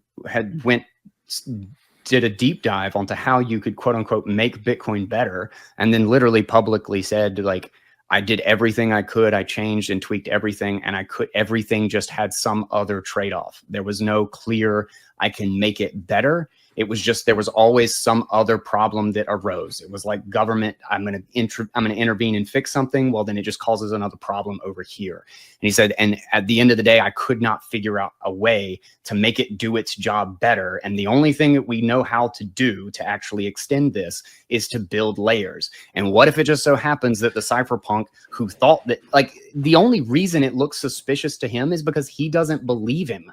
He doesn't believe that this is the way to actually do something on top of Bitcoin, is to build layers, is to build federated side chains or Lightning Network and like smart contracts, layers on top of it. Like, that was the whole point of SegWit, is to give more variety and more capacity to the ability to do something interesting in the signature, so that you can have a larger signature and have more complex transactions and more like smart contracts and pre-signed networks, which will allow you to work off chain, which is exactly what we do. Like, I'll zap somebody right now. I have a Lightning node and it works. It doesn't scale to the whole world. It won't scale to 8 billion people, but it is about a 50x increase in the capacity to have self-custodial payments on top of Bitcoin. It's a great cryptographic network technology. And it's actually based on channels, which were Satoshi's original idea. He talked about how you could have a one-way channel and you could have off-chain transactions. His design, he never worked out all of the details, same as he didn't figure out everything about SPV, is that you actually had to publish every single history, the entire history of the channel in order to enforce it. And so it wasn't until 2015 or whatever that they figured out a way to tweak the contract where you could actually only hold the latest one. You only had to publish one transaction to enforce your ownership. So it's basically, the idea is like, do we build networks on top of this and use this as a consensus system as to who owns what and what the rules are? And then we can leverage that. Do we use this as a court system, essentially a global decentralized court system, so that we can build billions of networks on top of it and scale this to the whole world? Or are we just gonna make 20 gigabyte mega giga blocks, like Craig Wright said? And a great example of everybody's wrong and everybody says something stupid. This is such a perfect example. He like points out somebody who said one thing or that he wanted to do this, but this is literally the problem, is nobody agreed on what the hell to do. Everybody had different ideas about it. This is like, this whole argument is proof as to why it's so valuable to have a consistent set of rules. Is because we can't agree on anything else. I actually agree with that. We cannot agree. Okay. So there's like a lot of claims in there that I have to go over, because we were talking about like Peter Todd and stuff, and then we went into Lightning. Definitely need to talk about Lightning. I'd love to talk about Lightning. You say, I don't believe Adam Back. Okay, that's right. I don't believe Adam Back. I understand the basics of how this system was designed. I know that it works. I know that it scales. We now have empirical evidence that Satoshi's system works fine. So when somebody who is the CEO of Blockstream, which has massive leverage over the Bitcoin core protocol, is pitching me an alternative blockchain on which he makes 100% of the transaction fees, I'm going to say that's definitely a conflict of interest. And you mentioned maybe we could have federated sidechains. Was it? Okay. So what is a federated sidechain? This is very important for people to realize. It used to be. In fact, I wrote a book. I got it here. I wrote a book in 2014 called "What's the Big Deal About Bitcoin?" And in "What's the Big Deal About Bitcoin?" it mentions sidechains. And this is another great example of how things change over time. So the original idea of what a sidechain is essentially like an entry point into the blockchain. So you can think like you've got this one super secure ledger, but maybe you want to experiment with different protocol rules and have different networks. Can you connect them all to the one central chain? That was the idea of a sidechain. And the hope was that we were going to get sidechains. In fact, Blockstream was going to help develop sidechains.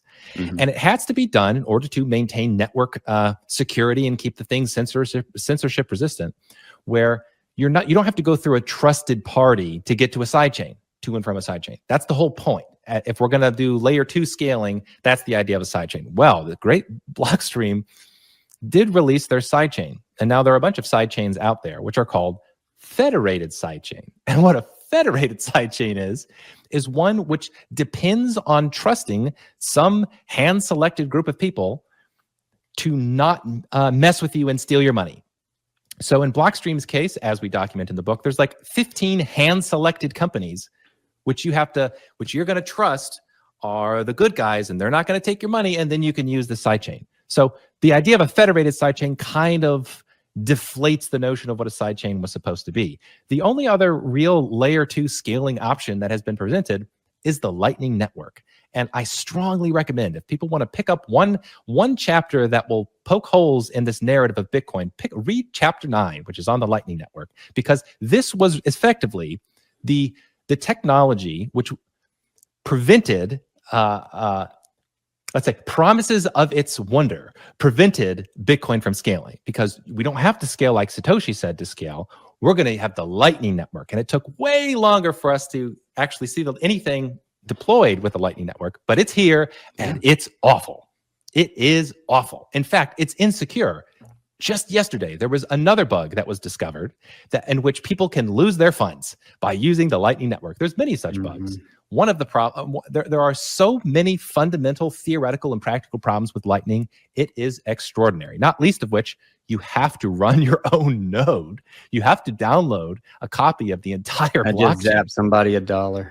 Yeah. So what's interesting? I just zapped somebody else $1. Yeah. So please don't interrupt me anymore. Okay. So if people, what's the wallet that you're using? I'm curious. My node. Oh, you're connected to your own node. Great example. So Lightning is this technology that in order to pretend like it's a good idea, the hope is that everybody is going to be running their own Bitcoin node. And that also means if your node disconnects from the internet, you're at risk of losing funds. In fact, if you aren't running your own Bitcoin node and you're not online, you can't even receive payments on Bitcoin on the Lightning Network. That's one problem. Like you literally can't even use it unless you're online. And that's also a security risk. But anyway, let me say just a couple of the problems here with Lightning. Not least of which, you have to make on-chain transactions. So if people don't know this, that's true. So in order to open a Lightning node, you have to you have to hit the Bitcoin blockchain. And if Bitcoin transaction fees are $50, $100, or as envisioned by the core developers, $1,000, you can't even open a single Lightning a channel at all. Can't be used with high fees if you have to connect to the Bitcoin blockchain when blocks are full. Okay, that is factually correct. That's not even controversial. There are other problems, like, for example, your node can run out of liquidity. So the idea is, I have $50, I have a payment channel open with you, Clint, and that means we can route payments back and forth. But the problem is, if all of my coins go to you temporarily, so the balance is that you have all $50 and I have $0, effectively, I can't route payments anymore because I don't have any money on my side of the channel. So what do you have to do to solve that problem? So what do you have to do to solve that problem? You have to make another on-chain transaction to top up your Bitcoin balance. Okay, so there's a litany of these critical design flaws that are documented in the book. The actual real-world effect of Lightning is that almost everybody who's a normal person is going to be using custodial wallets. That means they're going to have some company that's running the Lightning node for you, and if you don't behave yourself, you can be shut down from them. It's no different from PayPal. Once again, they have created this type of new PayPal system that they say is going to make everything decentralized and great, but it's literally just pushing people into fake Bitcoin, which is just like an account at PayPal. I agree. I do agree with some of the critiques of Bitcoin in terms of, like, yes, it is not being used as peer-to-peer money very often compared to the custodial use, which is enormous. I don't know the percentage, but it's just probably so you know, that's always plus. Been the case. Yes, always been the case since the very beginning. And I'm not people had custodians with Coinbase, with Mt. Gox. Like, it has always been the case. The only time is when there were 1,000 cypherpunks, 10,000 cypherpunks. Well, then you didn't even have custodians as an option, right? Because they didn't exist yet. With adoption, they're always going to go to custodians, right? And that is a problem. That is a huge problem, and we want to solve around that. The problem with the idea, like, that he can complain about the Lightning Network, I can make 10 times as many complaints about Bitcoin. I can make 10 times as many complaints about everything. None of this is perfect. Yep. Everything has a trade-off. The question is, how do you extend the trust of the base layer to more payments? Like, he talks about, like, well, when you're lopsided and you can't send a payment, that's when you go on chain. Well, yeah, that might have been 50 transactions ago. So you turn 50 payments into 2 on chain. Like, that's literally how it works.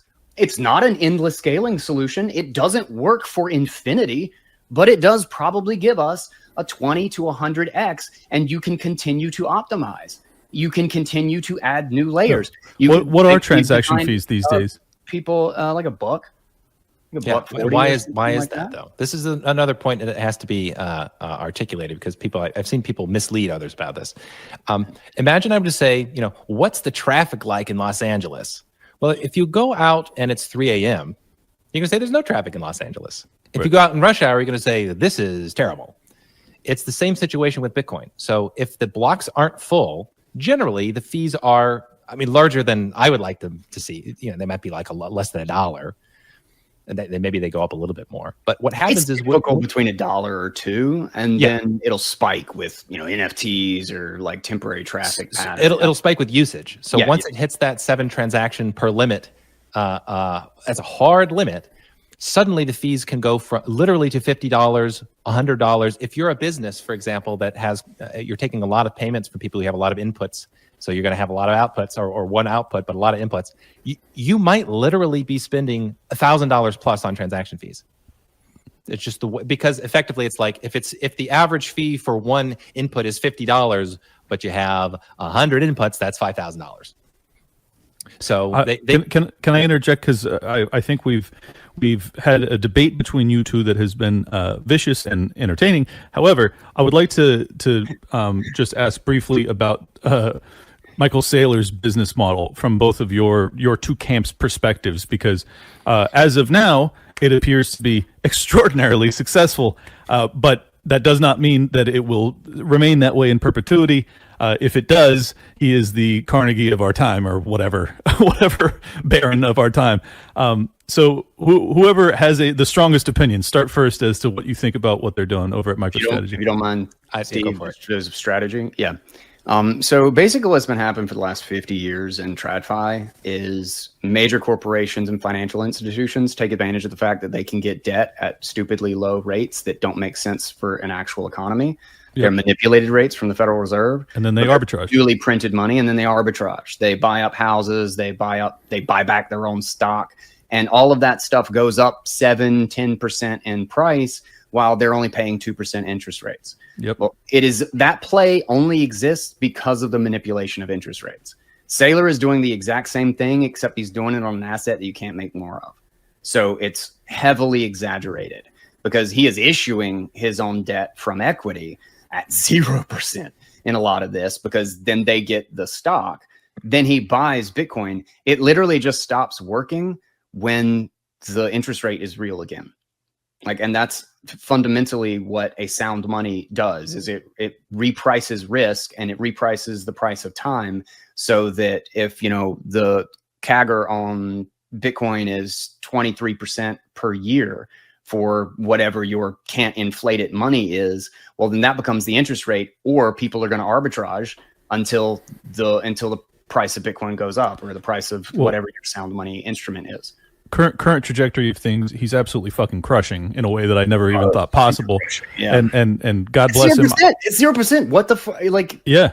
No, I mean, all you have to do is be able to hold through a bear market. It's just genius. But I will say, I am very interested to see that all of his stop loss or whatever protocols he has to deal with a bear market, will they actually work in a bear market? And a bear market, as far as I'm concerned, is inevitable. I am not a to the moon type of guy, and I know you're very realistic as well. Before I bring Steve in, I would like to hear from you, Guy. Do you think he can actually weather a serious bear market or not? Well, he has specifically talked about this. First, he's already weathered a bear market doing this. He started this in the last bull market. But it seems as if he's taking on a lot more in this cycle. He's taking on a lot more, but he also doesn't seem to have, he's doing it at the rate that, according to what his claim is, I haven't looked at his books, sure. But they have a profitable business. And he is if he can literally manage it with the profit of the business and keep it, which again, I think he's getting it at rates that just don't make any sense. If it's like 1%, what's the obligation on that? There could potentially be some sort of a cascade in people selling equity because along with the Bitcoin price. Yeah. But my understanding, has he over leveraged? Because again, from the last bull market, they did this happened. So yeah, well, my concern is that, this is a, very rudimentary understanding, but it seems as if he's attempting to spin off the risk to other people that want additional upside. But anytime you try and divert your risk or sell off your risk, there is still an aspect of counterparty risk that is that risk actually off your books, or is it only off your books if these people don't go bankrupt? And like you know what I'm saying? Like that's the question I have. So anyways, I want Steve to hop in here. What are your thoughts? I think crypto went totally crazy in 2017. I remember with the ICO craze. I was around then. People were literally making fake white papers and like raising millions of dollars on them, and people knew that they were fake. So I think there's an unbelievable disconnect between prices and rationality right now. I really don't have super strong opinions. I was trying to pull this up. This is a summary of what I think is going on in crypto markets. Breaking news, this is yesterday. Fartcoin's market cap is now greater than 38% of all American publicly traded companies. It hurts so bad. So I think this is sort of representative, and like if you're going to give me my, that's not a good sign. Yeah, like I'm gonna go out on a limb and say that's a fucking terrible sign. Yeah, and Fartcoin is not alone in this, right? There are, if people aren't tracking, there's these meme coins where I'm not, from what I can tell, the pitch is that there's like a cute picture on the coin, and that's why you buy it. So there's one that's called Dog with Hat, and it's a dog with a hat, and it's like a top 20 coin, top 30 coin or something. Now, here's one thing I'm not Sure. arguing with you. I just wanted to do a tidbit, is to remember that a lot of these market caps are sold as like, this is our market cap. Yeah. Stupidly gameable metric. 100%. At the same time. I was just going to say that. Dumb. Okay. Yeah, sorry. This was actually an argument that I remember back in like 2013 when people were talking about market cap. Then it's like, this is a really weird metric. So it is a very, very, very weird metric. Highly dependent on liquidity. But the fact of the matter is, market cap aside, if you were betting on Fartcoin or on the dog with hat, you could make 100x, or I don't know what the actual number is, 50x, preposterous returns on your 100x investment. is probably not unrealistic. So I don't pretend to. I can't. I don't see evidence that the market is rational right now, and I have no idea what the future brings. I will also say, just as an economic point, there's a very deep connection between information and prices. Like prices are supposed to be playing an information game or coordinating information across an economy. Mm-hmm. And I do know from many conversations that I've had over the years that the information quality in crypto is abysmal. In fact, when I wrote What's the Big Deal About Bitcoin in 2014, I wrote it because I was getting people who were asking me questions about Bitcoin back then, and they were saying a bunch of silly things. And so I address, quite normal questions in that book. And I would say the average knowledge level and quality of knowledge level of people in Bitcoin is significantly, like an order of magnitude worse than it was in 2014. And the reason for that is because in 2014, they didn't have a bunch of ideas that they had like a handful of ideas that were wrong. So it's like, okay, you can work with that. But in 2024, people have been propagandized hardcore for like a decade to pump other people's bags. They're very confused about the basics of the system, basic network design, the basic history. And so like what I could say is, in a very abstract sense, like if there's a deep relationship between information and prices, and the information state is really bad, that tells me the price state is also really bad. That's about as much as I can say. And I mean, it makes perfect sense logically that the earliest adopters would be probably the most tech savvy, the most intelligent. They're the ones that understood and recognized this earlier than everybody else. That makes them unique in that regard. As mass adoption, or I don't know, not mass adoption, but larger adoption occurs, which has happened over the past few years, or 5 years really. Or I guess since 17, there's been, it's been increasing a lot. You're going to have a lot of people that are fucking Sally-come-latelys that don't have a clue what they're doing. They just see number go up and they hop in there. Obviously, that's going to dilute the intelligence on average of, crypto participants. It's the Nigerian prince when everybody finally gets an email. Yeah. But I would like to get your opinion, Steve, as to MicroStrategy's strategy. I think it's just gambling. Okay. He's just playing a high leverage gambling game, and I think it's going to work for him. I don't know who's going to end up holding the bag, but yeah, it's just gambling. So you think someone's going to get hurt? Yeah. Yes, definitely. I tend to agree. Just as a, you don't know me from anybody, but I ran a $100+ million mortgage company, and so I know when you see things that are too good to be whatever, you know.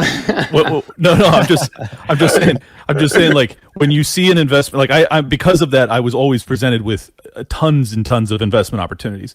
Because of that experience, I am able to recognize when I go, that seems too good to be true. So my instinct is, while I listen to Michael Saylor and he's incredibly compelling and his argument seems rock fucking solid, my gut tells me this cannot be as fail safe or as, fail proof as he's advertising it to be. But at the same time, I'm not as smart as Michael Saylor, so I can't possibly, refute him. I just my instinct is to say there will be blood, there will be pain down the road. I just don't know if it's him and his investors or if it's somebody else. Anyways, that's just one more thing on that. So crypto is this really interesting case where culture matters a lot, and they're really the meme of buy and hold forever, and the point of the idea that, like, if we're just speaking realistically, the overwhelming majority of people are getting involved in crypto because they want to make money. Okay, there's like some ideologues here and there, but it's really about chasing gains. And what's interesting is that the buy and hold meme has been really successful. And if you think about it in terms of what that can do to the price, I think this is the reason that it has caught hold so deeply, is that I really don't know what the upper limit is on here. Like, I remember in 2021, after there was a big price spike in 2021, and it was right after they printed money for the COVID stimulus checks. And I remember seeing Tom Brady advertise on TV for crypto. And I thought to myself, okay, this has got to be the peak, because how do you get bigger than that? How do you hit a bigger pool of money than here's Tom Brady talking about why you should buy crypto? And then, I'm pretty sure it was FTX, wasn't it? It was FTX. Yeah. That's exactly right. Yeah. And we know how that one worked. So there, I was wrong though, because there is like way more pools out there of money. One of them is the U.S. government. They're going to try to pitch the Bitcoin strategic reserve. So why don't we spend taxpayer money or just print off a bunch of money to buy Bitcoin for national security? That's a racket that I think it might work. I don't know, but that's a bigger pool of money. Also, people all around the world. For the record, not just I think US. That's kind of stupid. I think it's inevitable that governments start playing the "I'm holding more of this new digital money than you are." But I'd also just, I don't know. I don't like governments. So, like, way back in the day, there were interesting discussions taking place of what does national competition look like in Bitcoin, because there was the idea that, well, people are this is going to be the world's money. It's going to be used as a global medium of exchange. There's a lot of power in money.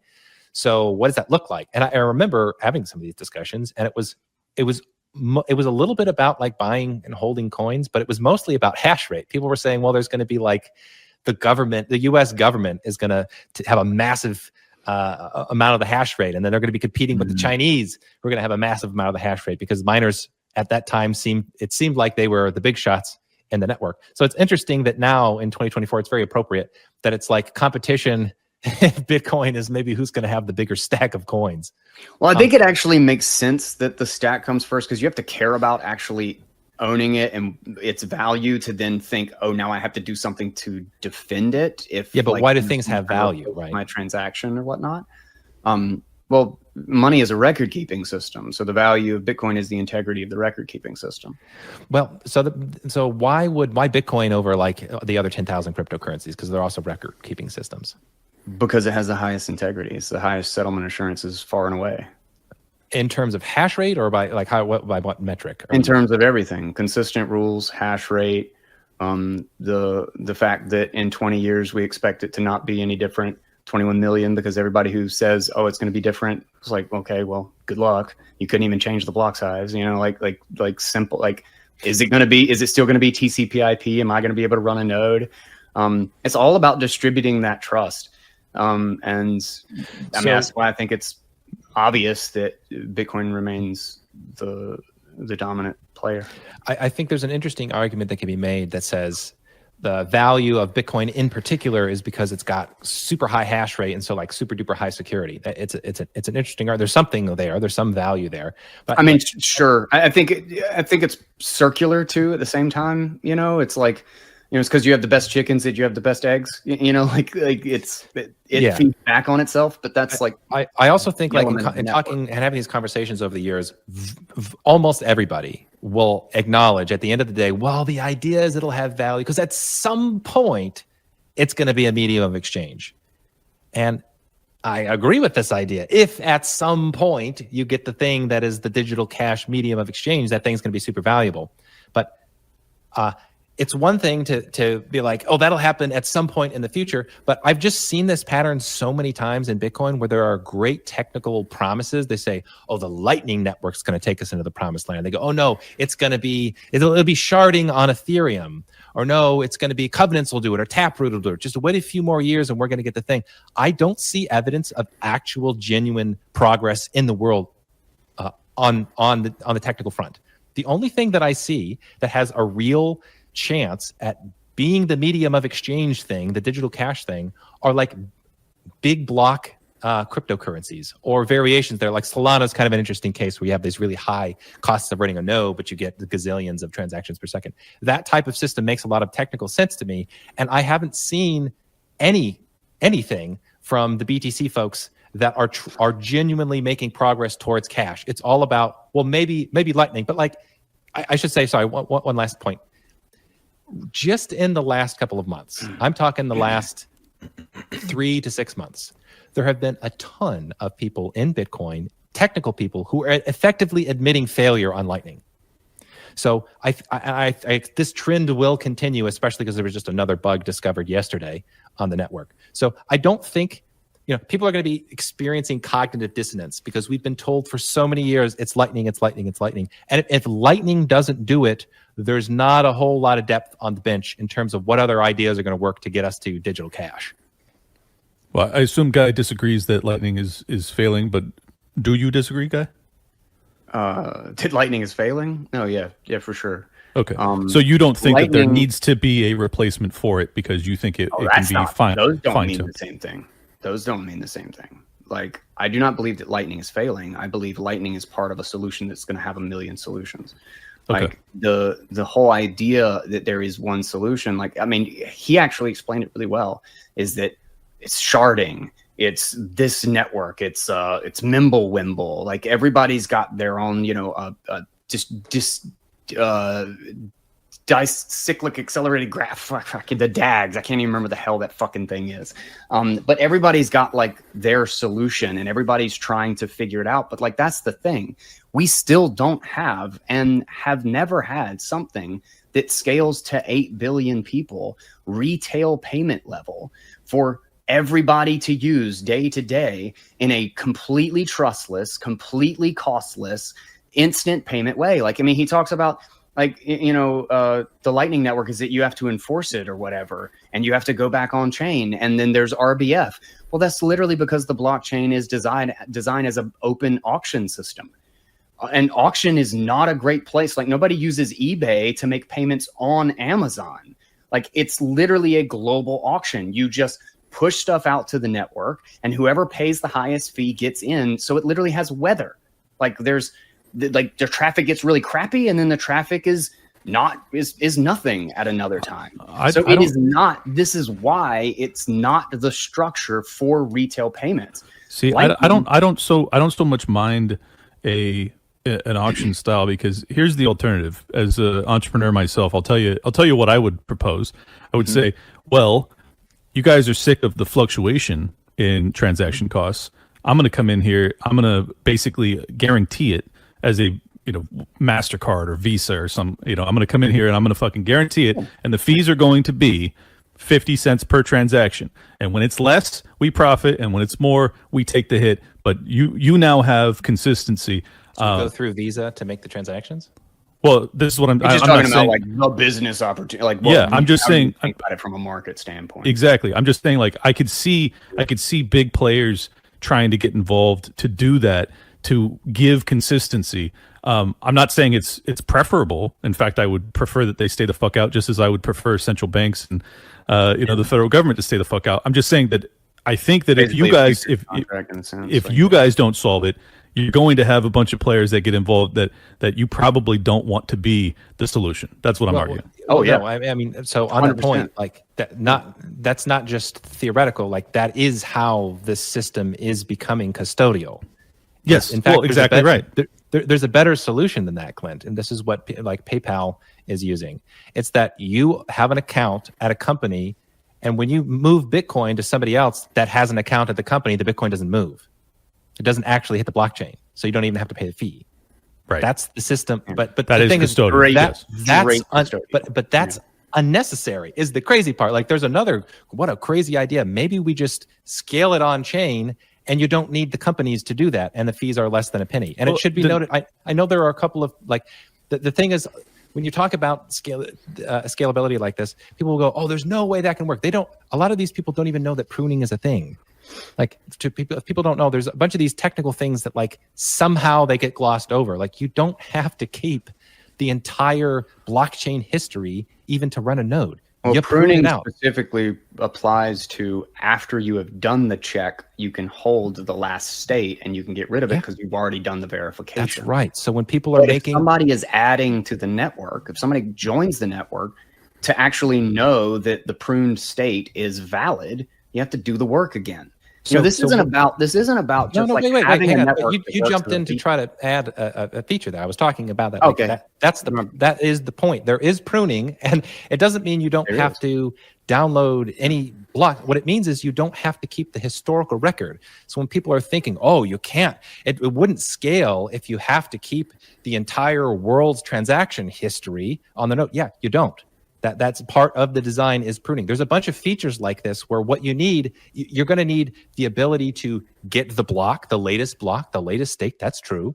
But this is a relatively small amount of bandwidth. And again, we run the numbers in Chapter 7 if people want to actually work through the basics of how it might work cost-wise with scaling on chain. If you want to actually join the network trustlessly, and importantly, if you want to recover the network from a disaster or from a attack by a government entity, you need somebody holding the entire history. And when or if that happens, you're trusting that entire history from them. Okay, so let's play that out. So the idea is somebody somewhere has to have an archive of the entire blockchain.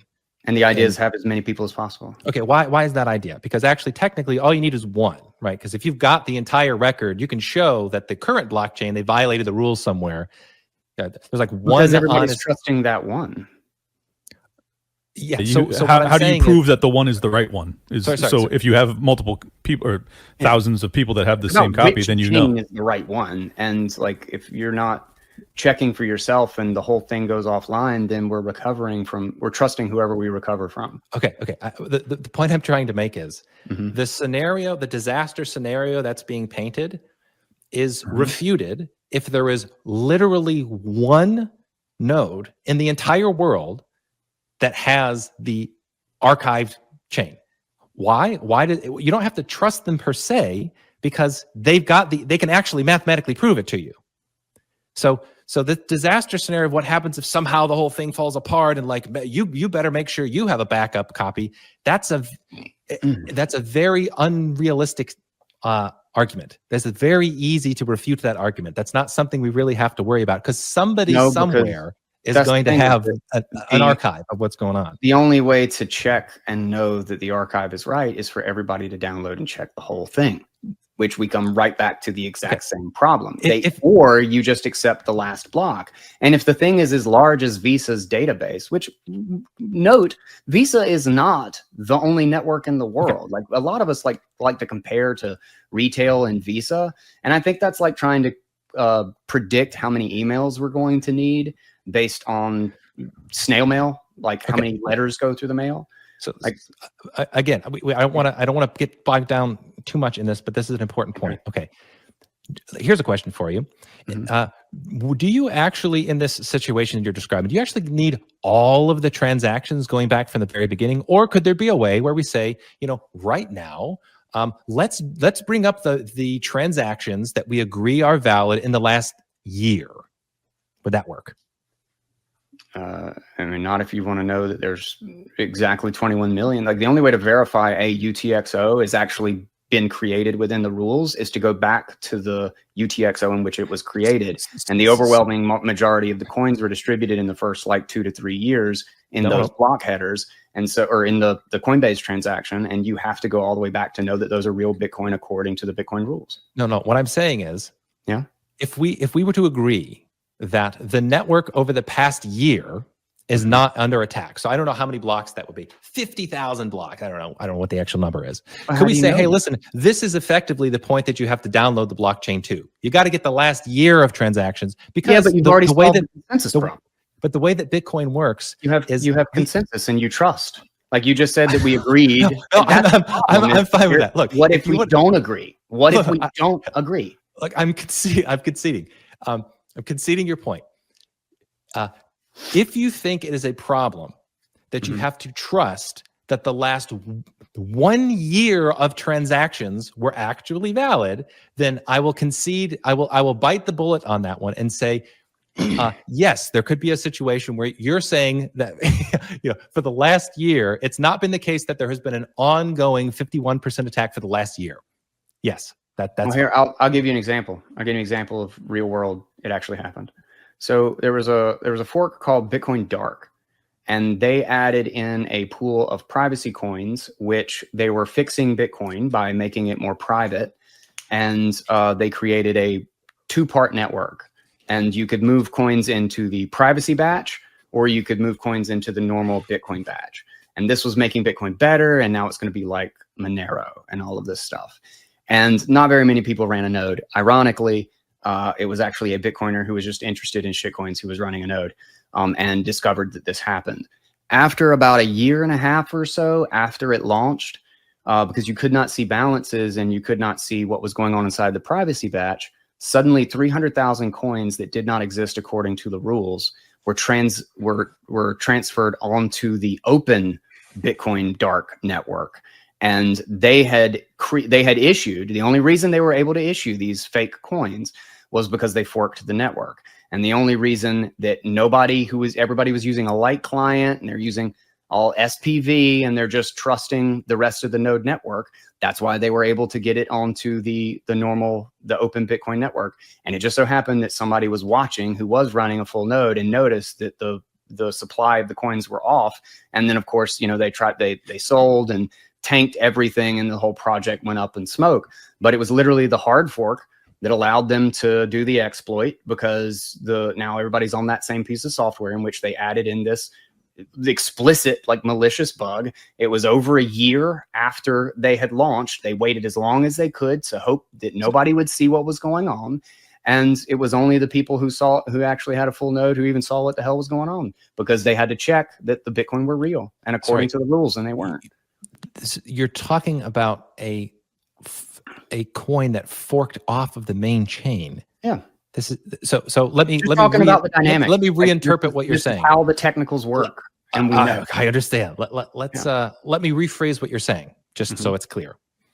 There was an altcoin in a super minority that virtually nobody's heard of, and on that altcoin they had a bug.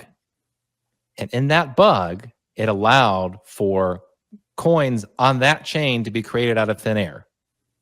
And for that reason, we're saying we need to make sure that Bitcoin we have a bunch of people which have an archive of the Bitcoin network going back to 2009. Is that right?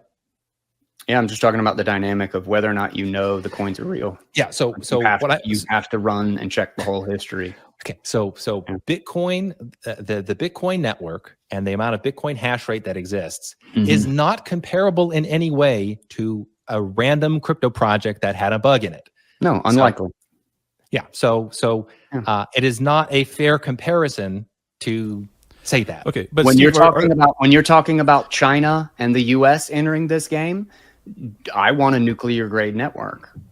I want to know, because I'd like a network that doesn't I don't cost trust them to not do $100 billion. I want, again, this is about how do you extend the trust? Because as soon as Visa is the only one who can do the whole check, you just trust Visa. Right. Like it's whether the base network becomes Visa or you build you for the short term have to compromise and build Visa on top of it. See, I don't know. I don't. You actually have an open permissionless network. I can run my Lightning node for like 5 of my friends. I can't do that in finance anywhere. I don't understand. I don't understand the contentious nature of this, because maybe you guys can clarify. You like this is the beauty of the free market, right? Like you guys have gone your separate ways, but there's this unbelievable vitriol between these two camps.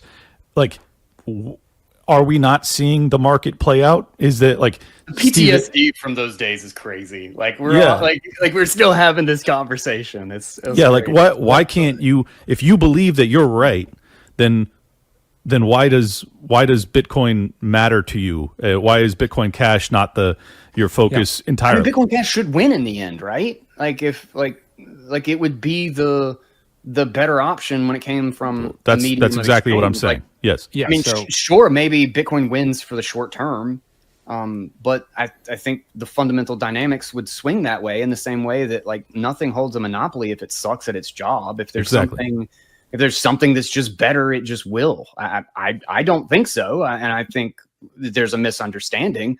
But I don't. Whatever. Like. Yeah. Okay. So it's not about Bitcoin Cash, right? Bitcoin Cash. I'm sorry. I'm just using it as an example because it was like prominent in the block size war. I don't mean to like dump Bitcoin Cash on you as like the thing. So I'm just right. So I think it's fair to say, in the long run, one would expect that digital cash that is cheap, reliable, international, permissionless is going to end up making the world a freer place than a cryptocurrency, which is slow, expensive, unreliable. The people have to get permission to use it because it's custodial, akin to PayPal. Now, in terms of price, I have no idea. If you're going to say winning would be a bigger market cap for the peer-to-peer coin, I wouldn't use that metric. The reason that I care about it, I wouldn't either. For the record, I would say, especially because that's not even the real sales point of Bitcoin Cash. It's to have kind of more consistent pricing, is my understanding. It seems that it should win out in terms of utilization, in terms of transactions. So I would agree with that, so long as it's not about Bitcoin Cash. If you want to say utilization for other projects that you can use as a medium of exchange, ideally it would be projects maybe that have better privacy. So like Monero is a very interesting one. There's a new one that people are talking about, Xano, that apparently is getting some hype, that has some privacy features as well as token features, and maybe there's going to be a bridge between the two. So yes, I would imagine in the long run, we're going into a world in which cryptocurrencies are going to be used as money, and those cryptocurrencies, I hope, will be freedom enhancing and not freedom detracting. And that's question for you real quick. Because of the privacy aspects of Xano and Monero, can we even know the amount of utilization, or is that not? That's a great question. Technically, I'm sorry. So there are some payment processors which you would be able to try to get a read on how much they're going to be used, like corporate payment processors. In terms of, could you get an it doesn't have a public blockchain, or if it does, the transactions are obfuscated, and so you don't know how many transactions are actually made from real retail usage versus somebody sending money to themselves. You can see general updates though, right? You can see like ring signatures in Monero, Monero. And like things like Mimblewimble, which are more ambitious. From my understanding, there's like not even a public blockchain. I don't know how that shit works. That's a cool idea. Maybe that'll work. But no, I don't know if there's I don't know if there's like an objective metric we could look at and say, oh, look, this is the coin that is actually being used as cash, as a medium of exchange. That's why I was asking, because it's like I assume that Bitcoin is, because it's the one that everybody talks about the most, primarily because it's the most highly valued in fiat terms. But I don't know factually, and I was just curious. So as of now, is the assumption that Bitcoin is the predominant coin being used, or do we know? Oh yeah. So we do have a little bit of numbers on that. So like I haven't checked in years, to be fair, but like BitPay was the biggest payment processor in the world. My wife worked there, and by far Bitcoin was really one. It was like last I checked, it was like I think 50% or more of all the cryptocurrencies, and they do like Ethereum, they do Bitcoin Cash, they do other ones. The vast majority it was for Bitcoin, and it was for high value payments, as you might expect. Of course. And that looks like that'll be the future of it. Go ahead. I did just want to answer your question about why to care about it. So imagine for a moment that I'm right. Imagine that, have mercy and try to see things from my perspective, right? Oh, and for the record, I've spent years trying to imagine that you're right, and I'm not even sure. I am genuinely in between. I've always tried to temper, I even identify with a lot of the arguments that there's a bunch of fucking idiots in Bitcoin who don't even entertain the argument and just just regurgitate. But I also just kind of think that's how all social groups are. And the bigger the social group, the more likely it's going to have all of that crap in it. So especially if one of the groups has this narrative that just buy our asset and you're going to make money and everybody else is stupid for not buying it. But but that's all of them. Well, fair. That is pretty much most of them at this point. Yes. Fartcoin.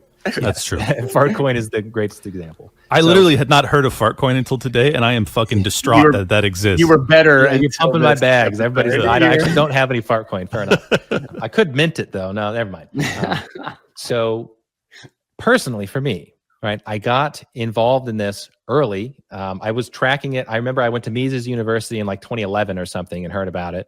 And it was, what I remember is I thought it was a cool idea. The price was less than $1. And then when I was like, maybe I'll get some. The next time I checked, it was like $10. I was like, screw that. I'm not going to buy this. We got there the right time. It was like this is literally the same thing. It was just bonkers. And I was like, I'm no schmo. I'm not going to buy this thing for 10x. Yeah. And so I didn't get in until later because I thought I had seen a 10x, and then who would be so irresponsible to buy in at that time? But I've been involved and interested in this very early, right? Wrote an early book on it. My family's been involved in it, connected to the companies in this space. I can say, and Roger says this, and people who've been around in the actual industry will say this, there was a vision. The vision was Bitcoin is supposed to be used as cash, and it can fulfill that vision. And because of that, it has a bunch of awesome libertarian properties. We saw this narrative change from the course, especially from 2013, and it culminated in 2017. And so why is there bad blood? It's because myself and people like Roger Ver think that this current version is not threatening to the system. If you read what the Bitcoin Core developers say, how the system they envision is that you are going to be going through intermediaries in order to use blockchains. And that is infuriating because we had a chance to potentially put the world on a hard money currency. And it does not appear that that's the direction that we're going. And we also went through massive social attacks, social engineering attacks, as we document some of them in the book. But it was hell in 2017 because the small blockers, many of them, not only were they censoring discussion, they were also character assassinating and harassing the businesses that wanted to upgrade a particular way. For example, an example we give in the book at bitcoin.com, the bitcoin.com mailing email address was put on a list where they would get bombed with 10,000 emails a day. And they still deal with some of this spam because there was a bunch of dirty tactics that were involved at that time. And there's a bunch of bad blood and a bunch of attacks that is naturally infuriating. And so when we see what the original vision was, what happened to it, how far off the narrative is, and the people who are trying to represent the narrative really aren't knowledgeable about the basics, and they don't really seem to see what's going on. They don't maybe aren't great systems thinkers. That's why I still care about it. And that's also why we're returning back to what I said. That's why I literally wrote this book thinking I'm going to write this book. I'm going to say it one more time and then I'm done. Yes. Well, and for the record, I think a ton of people are going to read this book after this interview. And despite the contentious nature of the conversation, I found it very educational and interesting. And I think that I am genuinely, even though I am invested in Bitcoin, I'm a late adopter because I was a hard money, old school fiat guy. But because I'm late, I am basically I come with more of a blank slate than you two do. And I think that having me here, even though I didn't talk much, was valuable because I'm able to basically play the middleman here and be like, all right, that's an interesting idea. All right, now let's bounce it off of him. Can he actually refute that? Sometimes we got refutations, sometimes we got smears, but we made some progress here, I think, and I genuinely believe a lot of people will learn a lot from your book, and I think all three of us agree wholeheartedly. Roger Ver needs to be freed. I don't believe in an exit tax. About that much, but yeah. I mean, I don't believe in an exit tax to begin with. I don't believe in taxes to begin with. But it does seem as if he paid his fucking taxes, and he definitely shouldn't be getting persecuted. And I think that there are very interesting arguments as to why he's being persecuted. I do think that we need continued investigative reporting on Bitcoin core developers that may or may not have been involved with the federal government. Are they in fact trying to derail things, as you guys allude to? I think that you have demonstrated smoke. Is there fire? I think that's all very interesting, and we will wrap with this because we spent 2 hours without talking about the price of Bitcoin, which I am proud of us for not doing. Are we? I mean, I think I already sense from both of you that we are near the end of a bull market. That's my instinct. However, I will throw in the variable that there is a distinct possibility that because the sovereign debt crisis is so significant, I could see a major central bank. We've already seen some, but I could see some major central banks getting involved. Do you guys think that that happens this year, or are we still a ways out? What are your thoughts? Do you mind if I go ahead. just add something real quick? So we still to this day have not invented a decentralized, scales to the whole world digital cash. And the goal of Bitcoin is and always has been to do that. It still is to do that. The question is, what foundation do you need to make that possible? Bitcoin, after understanding and seeing its trade-offs and seeing how it exists in the wild, ended up being the trade-offs ended up weighing towards the direction of having an open, permissionless, censorship-resistant, essentially monetary court. What if, without any central bank, without any government in the world, you could prove that you were the right owner, that you are the one, and that this thing was so sound that even with a nation-state attack, it could still be recovered. You could still verify it from the very beginning, that it was sleek, that it was lean enough that even if China put up their firewall, you could still get all of that information out through a crack. You could still get it out through the Tor network in one node. Like, that is the idea, is this thing nuclear grade? Will that consensus and those rules be maintained in the face of the fact that we know we are going to be up against the biggest adversaries in the world? And because it is open, here's an interesting thing. 100%, it doesn't, none of this is a scaling done. I don't think it will ever be scaling done. I think as soon as as soon as you have a capacity, you just figure out a way to use it. What's the economic law? Anybody know? Shit, whatever.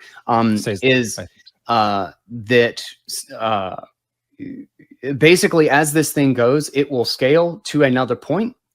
Then we will figure out how to use up all of that scale. And then we will figure out another 5%, another 10%, another new tool, and another new network. And there have been tons of different networks like state chains, ARC, like all of these things. The question as to whether or not they get adopted or the trade-offs of those networks are good enough to be a retail system is always up in the air. But I don't think this ever ends, and I don't think we have a solution yet.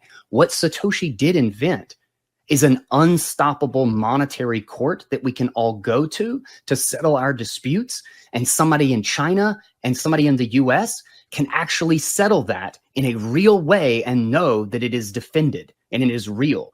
And interestingly, there's no way to use the dollar without Visa and the Fed being behind it.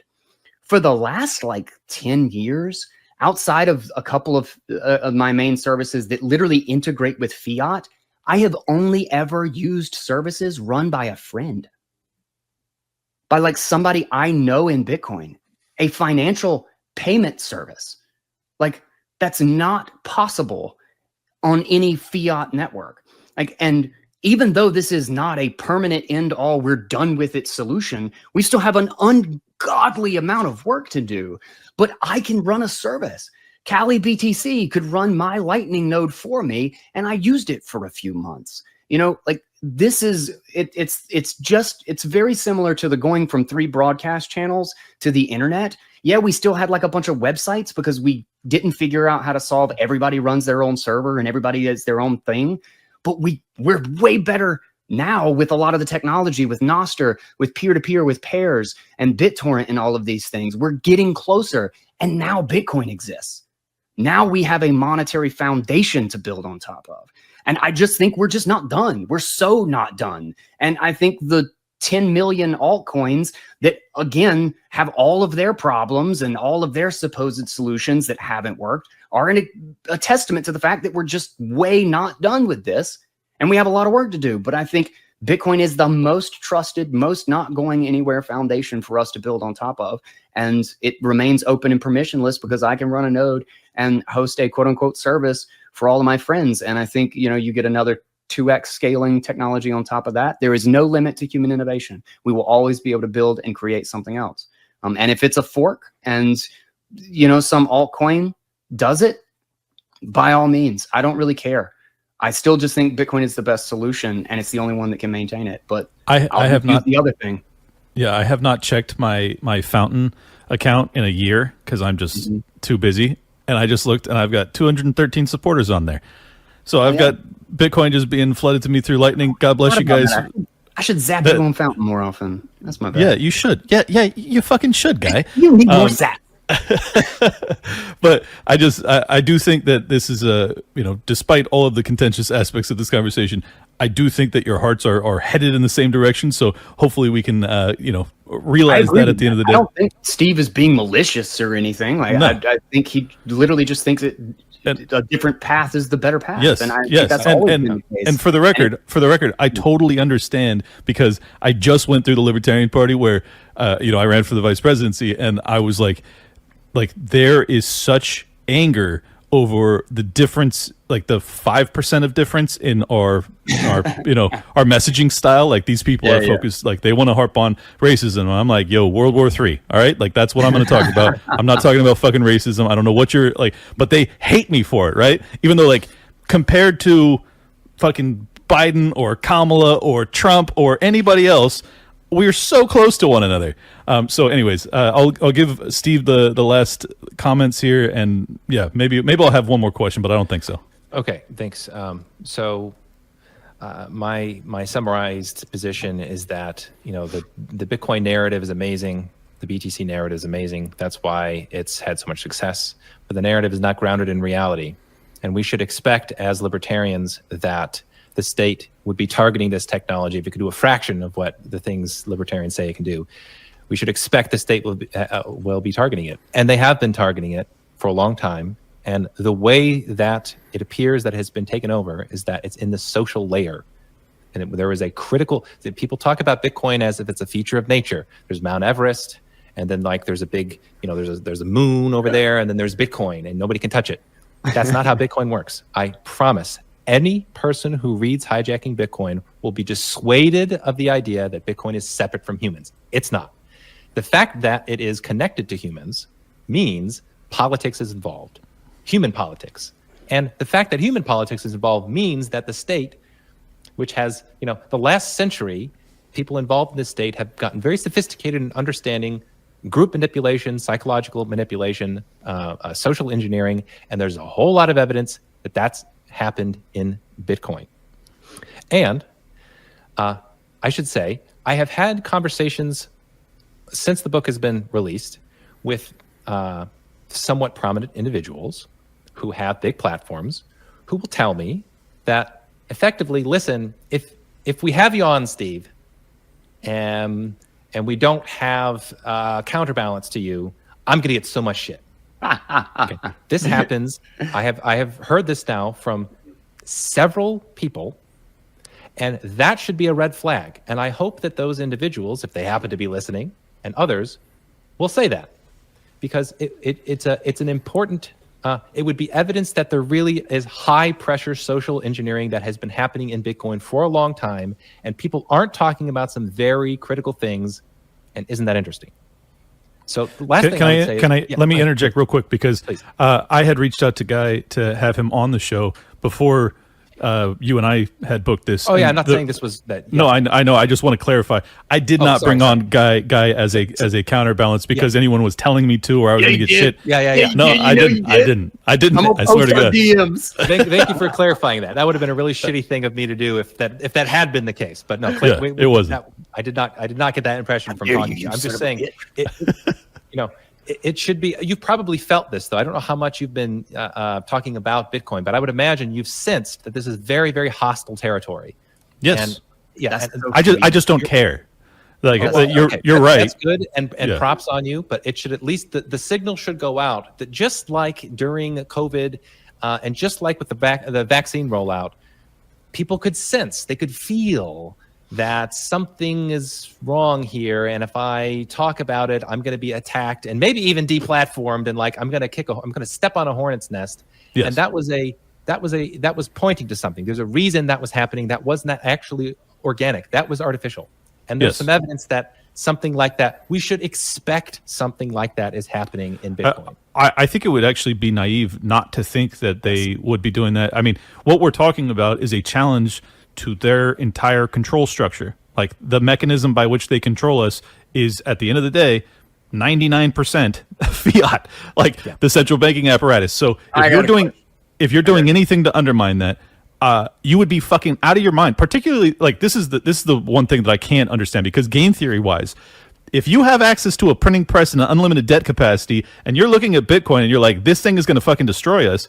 Well, either you take out $1 trillion and you destroy it first, or you take out $1 trillion and you buy 80% of it.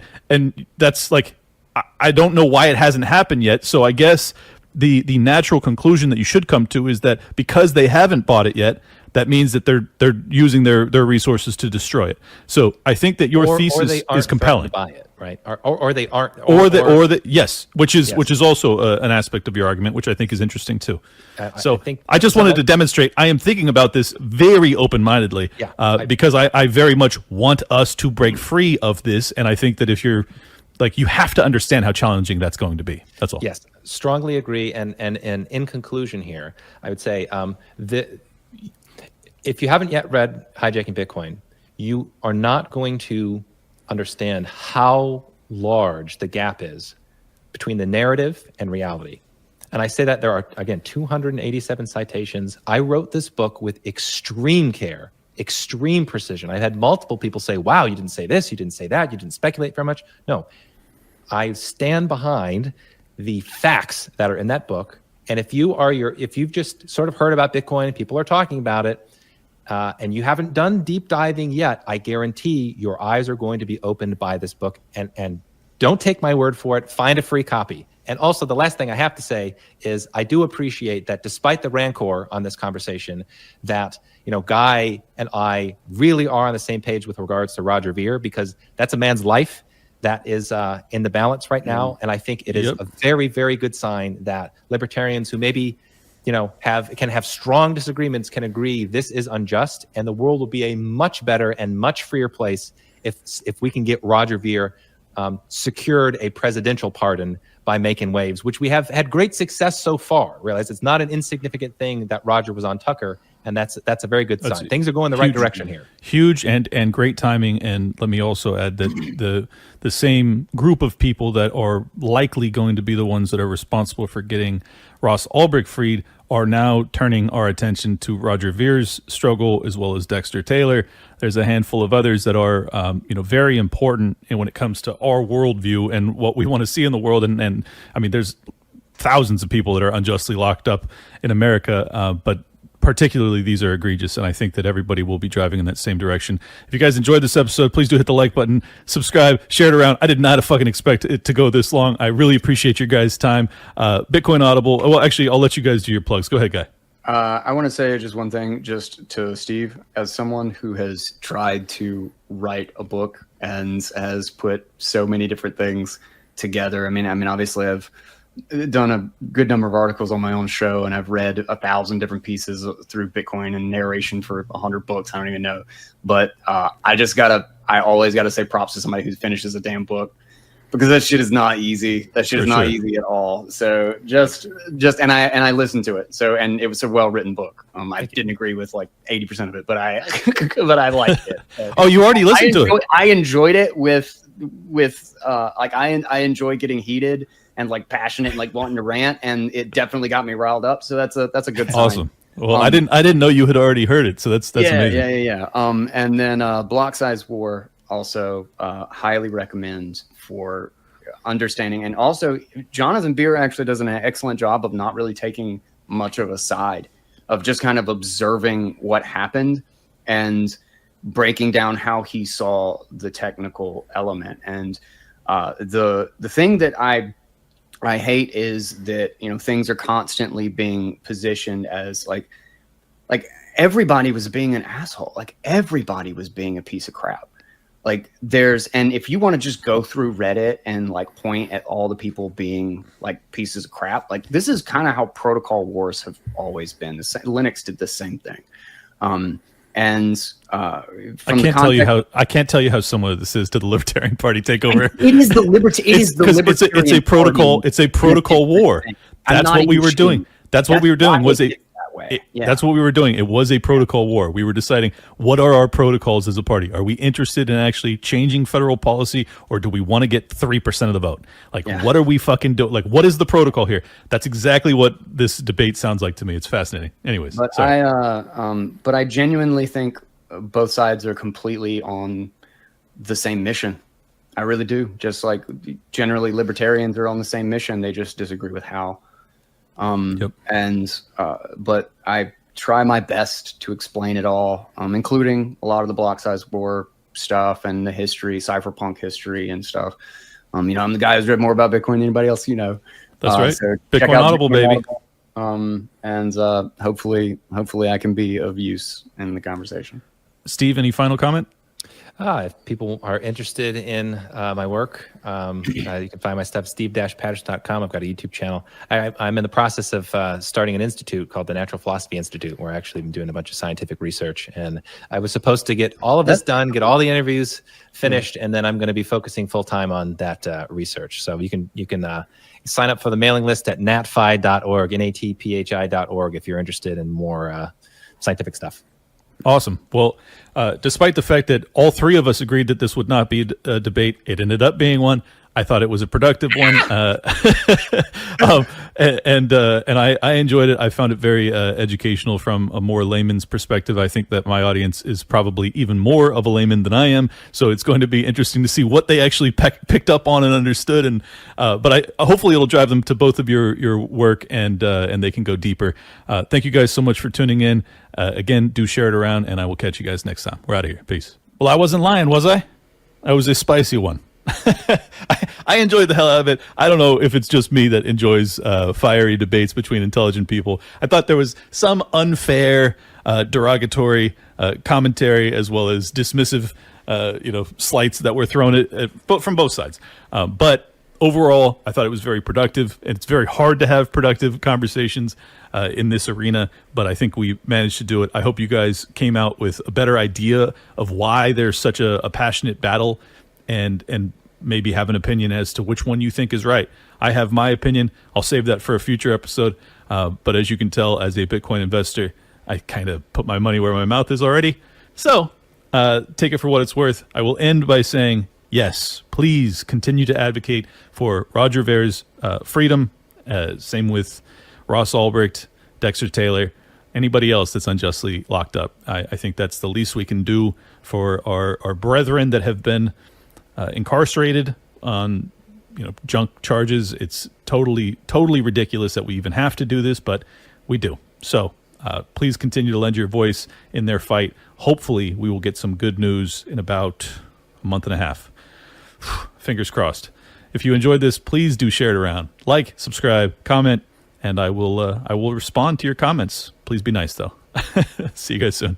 Oh, and leave a 5-star review wherever you're listening. Spotify, Apple Podcasts, or sign up and donate on Fountain, because I'm sure I got a bunch of Bitcoin listeners right now. Yeah, Fountain guys, where you at? Only got a couple hundred supporters. Let's go, Fountain. Let's go. Lightning me some small block money. See you guys later. Peace.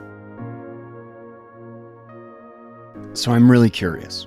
I've had a couple of people send me messages. I really wish you had brought this up, or I wish you had said this in response to something that Steve said, or a question that Clint, and I actually really value those for a couple of different reasons. One, it's really hard to know what someone else's perspective is and which arguments actually seem to turn the light bulb on a little bit. When you're in the heat of a discussion and you're talking for God knows how long, 3 hours, and things are constantly being brought up, your mind is being taken down all of these threads, and it's really good to have other perspectives on things I should have said, or to go back through and try to come up with a cleaner or more succinct argument for some of the things brought up. So I want you to know that I actually really appreciate those, and it keeps me fresh, and it keeps me thinking about other people's perspectives and how it is that I can paint the picture so that they can understand the importance of a set of characteristics and considerations in a really nuanced topic. So it's very much appreciated. Shout out, by the way, to everybody who boosts and sends me a message or stream sats on Fountain. That has been amazing. And I don't check it super often, but when I do, like, I love going through it. And also just realizing there's a bunch of Nostr posts about my podcast that I didn't even realize. That's just really cool. And thank you guys so much for zapping on Nostr as well. It's actually not an insignificant amount. It actually makes a difference. And it also means more than a lot of the other money that comes in, because I know it's direct from people who actually care or who are interested in the show and actually participate. So thank you guys. And on that note, do not forget to check out socials. On Twitter, we are going to have a giveaway with the BitKit wallet for 50,000 sats. And I really want it to be someone who listens to the show, not just someone who bumped into it on Twitter. Follow, retweet, all that good stuff, and basically enter to win 50,000 sats. And of course, if you want to save money, on your Jade Plus, on this little baby, 10% off with code GUY, G-U-Y. Don't forget, I've already gotten a couple of messages from people who bought it without the discount, and that makes me sad. Link and details in the show notes. If you're ever looking for it, just come to the podcast. You'll see it in the description. All right. Thank you guys so much for listening. Thank you so much for watching. Thank you so much for subscribing, and share this out with everybody you know who believes something really stupid about economics and needs to be corrected. And I'll take care of it. All right, guys. Till next time, take it easy.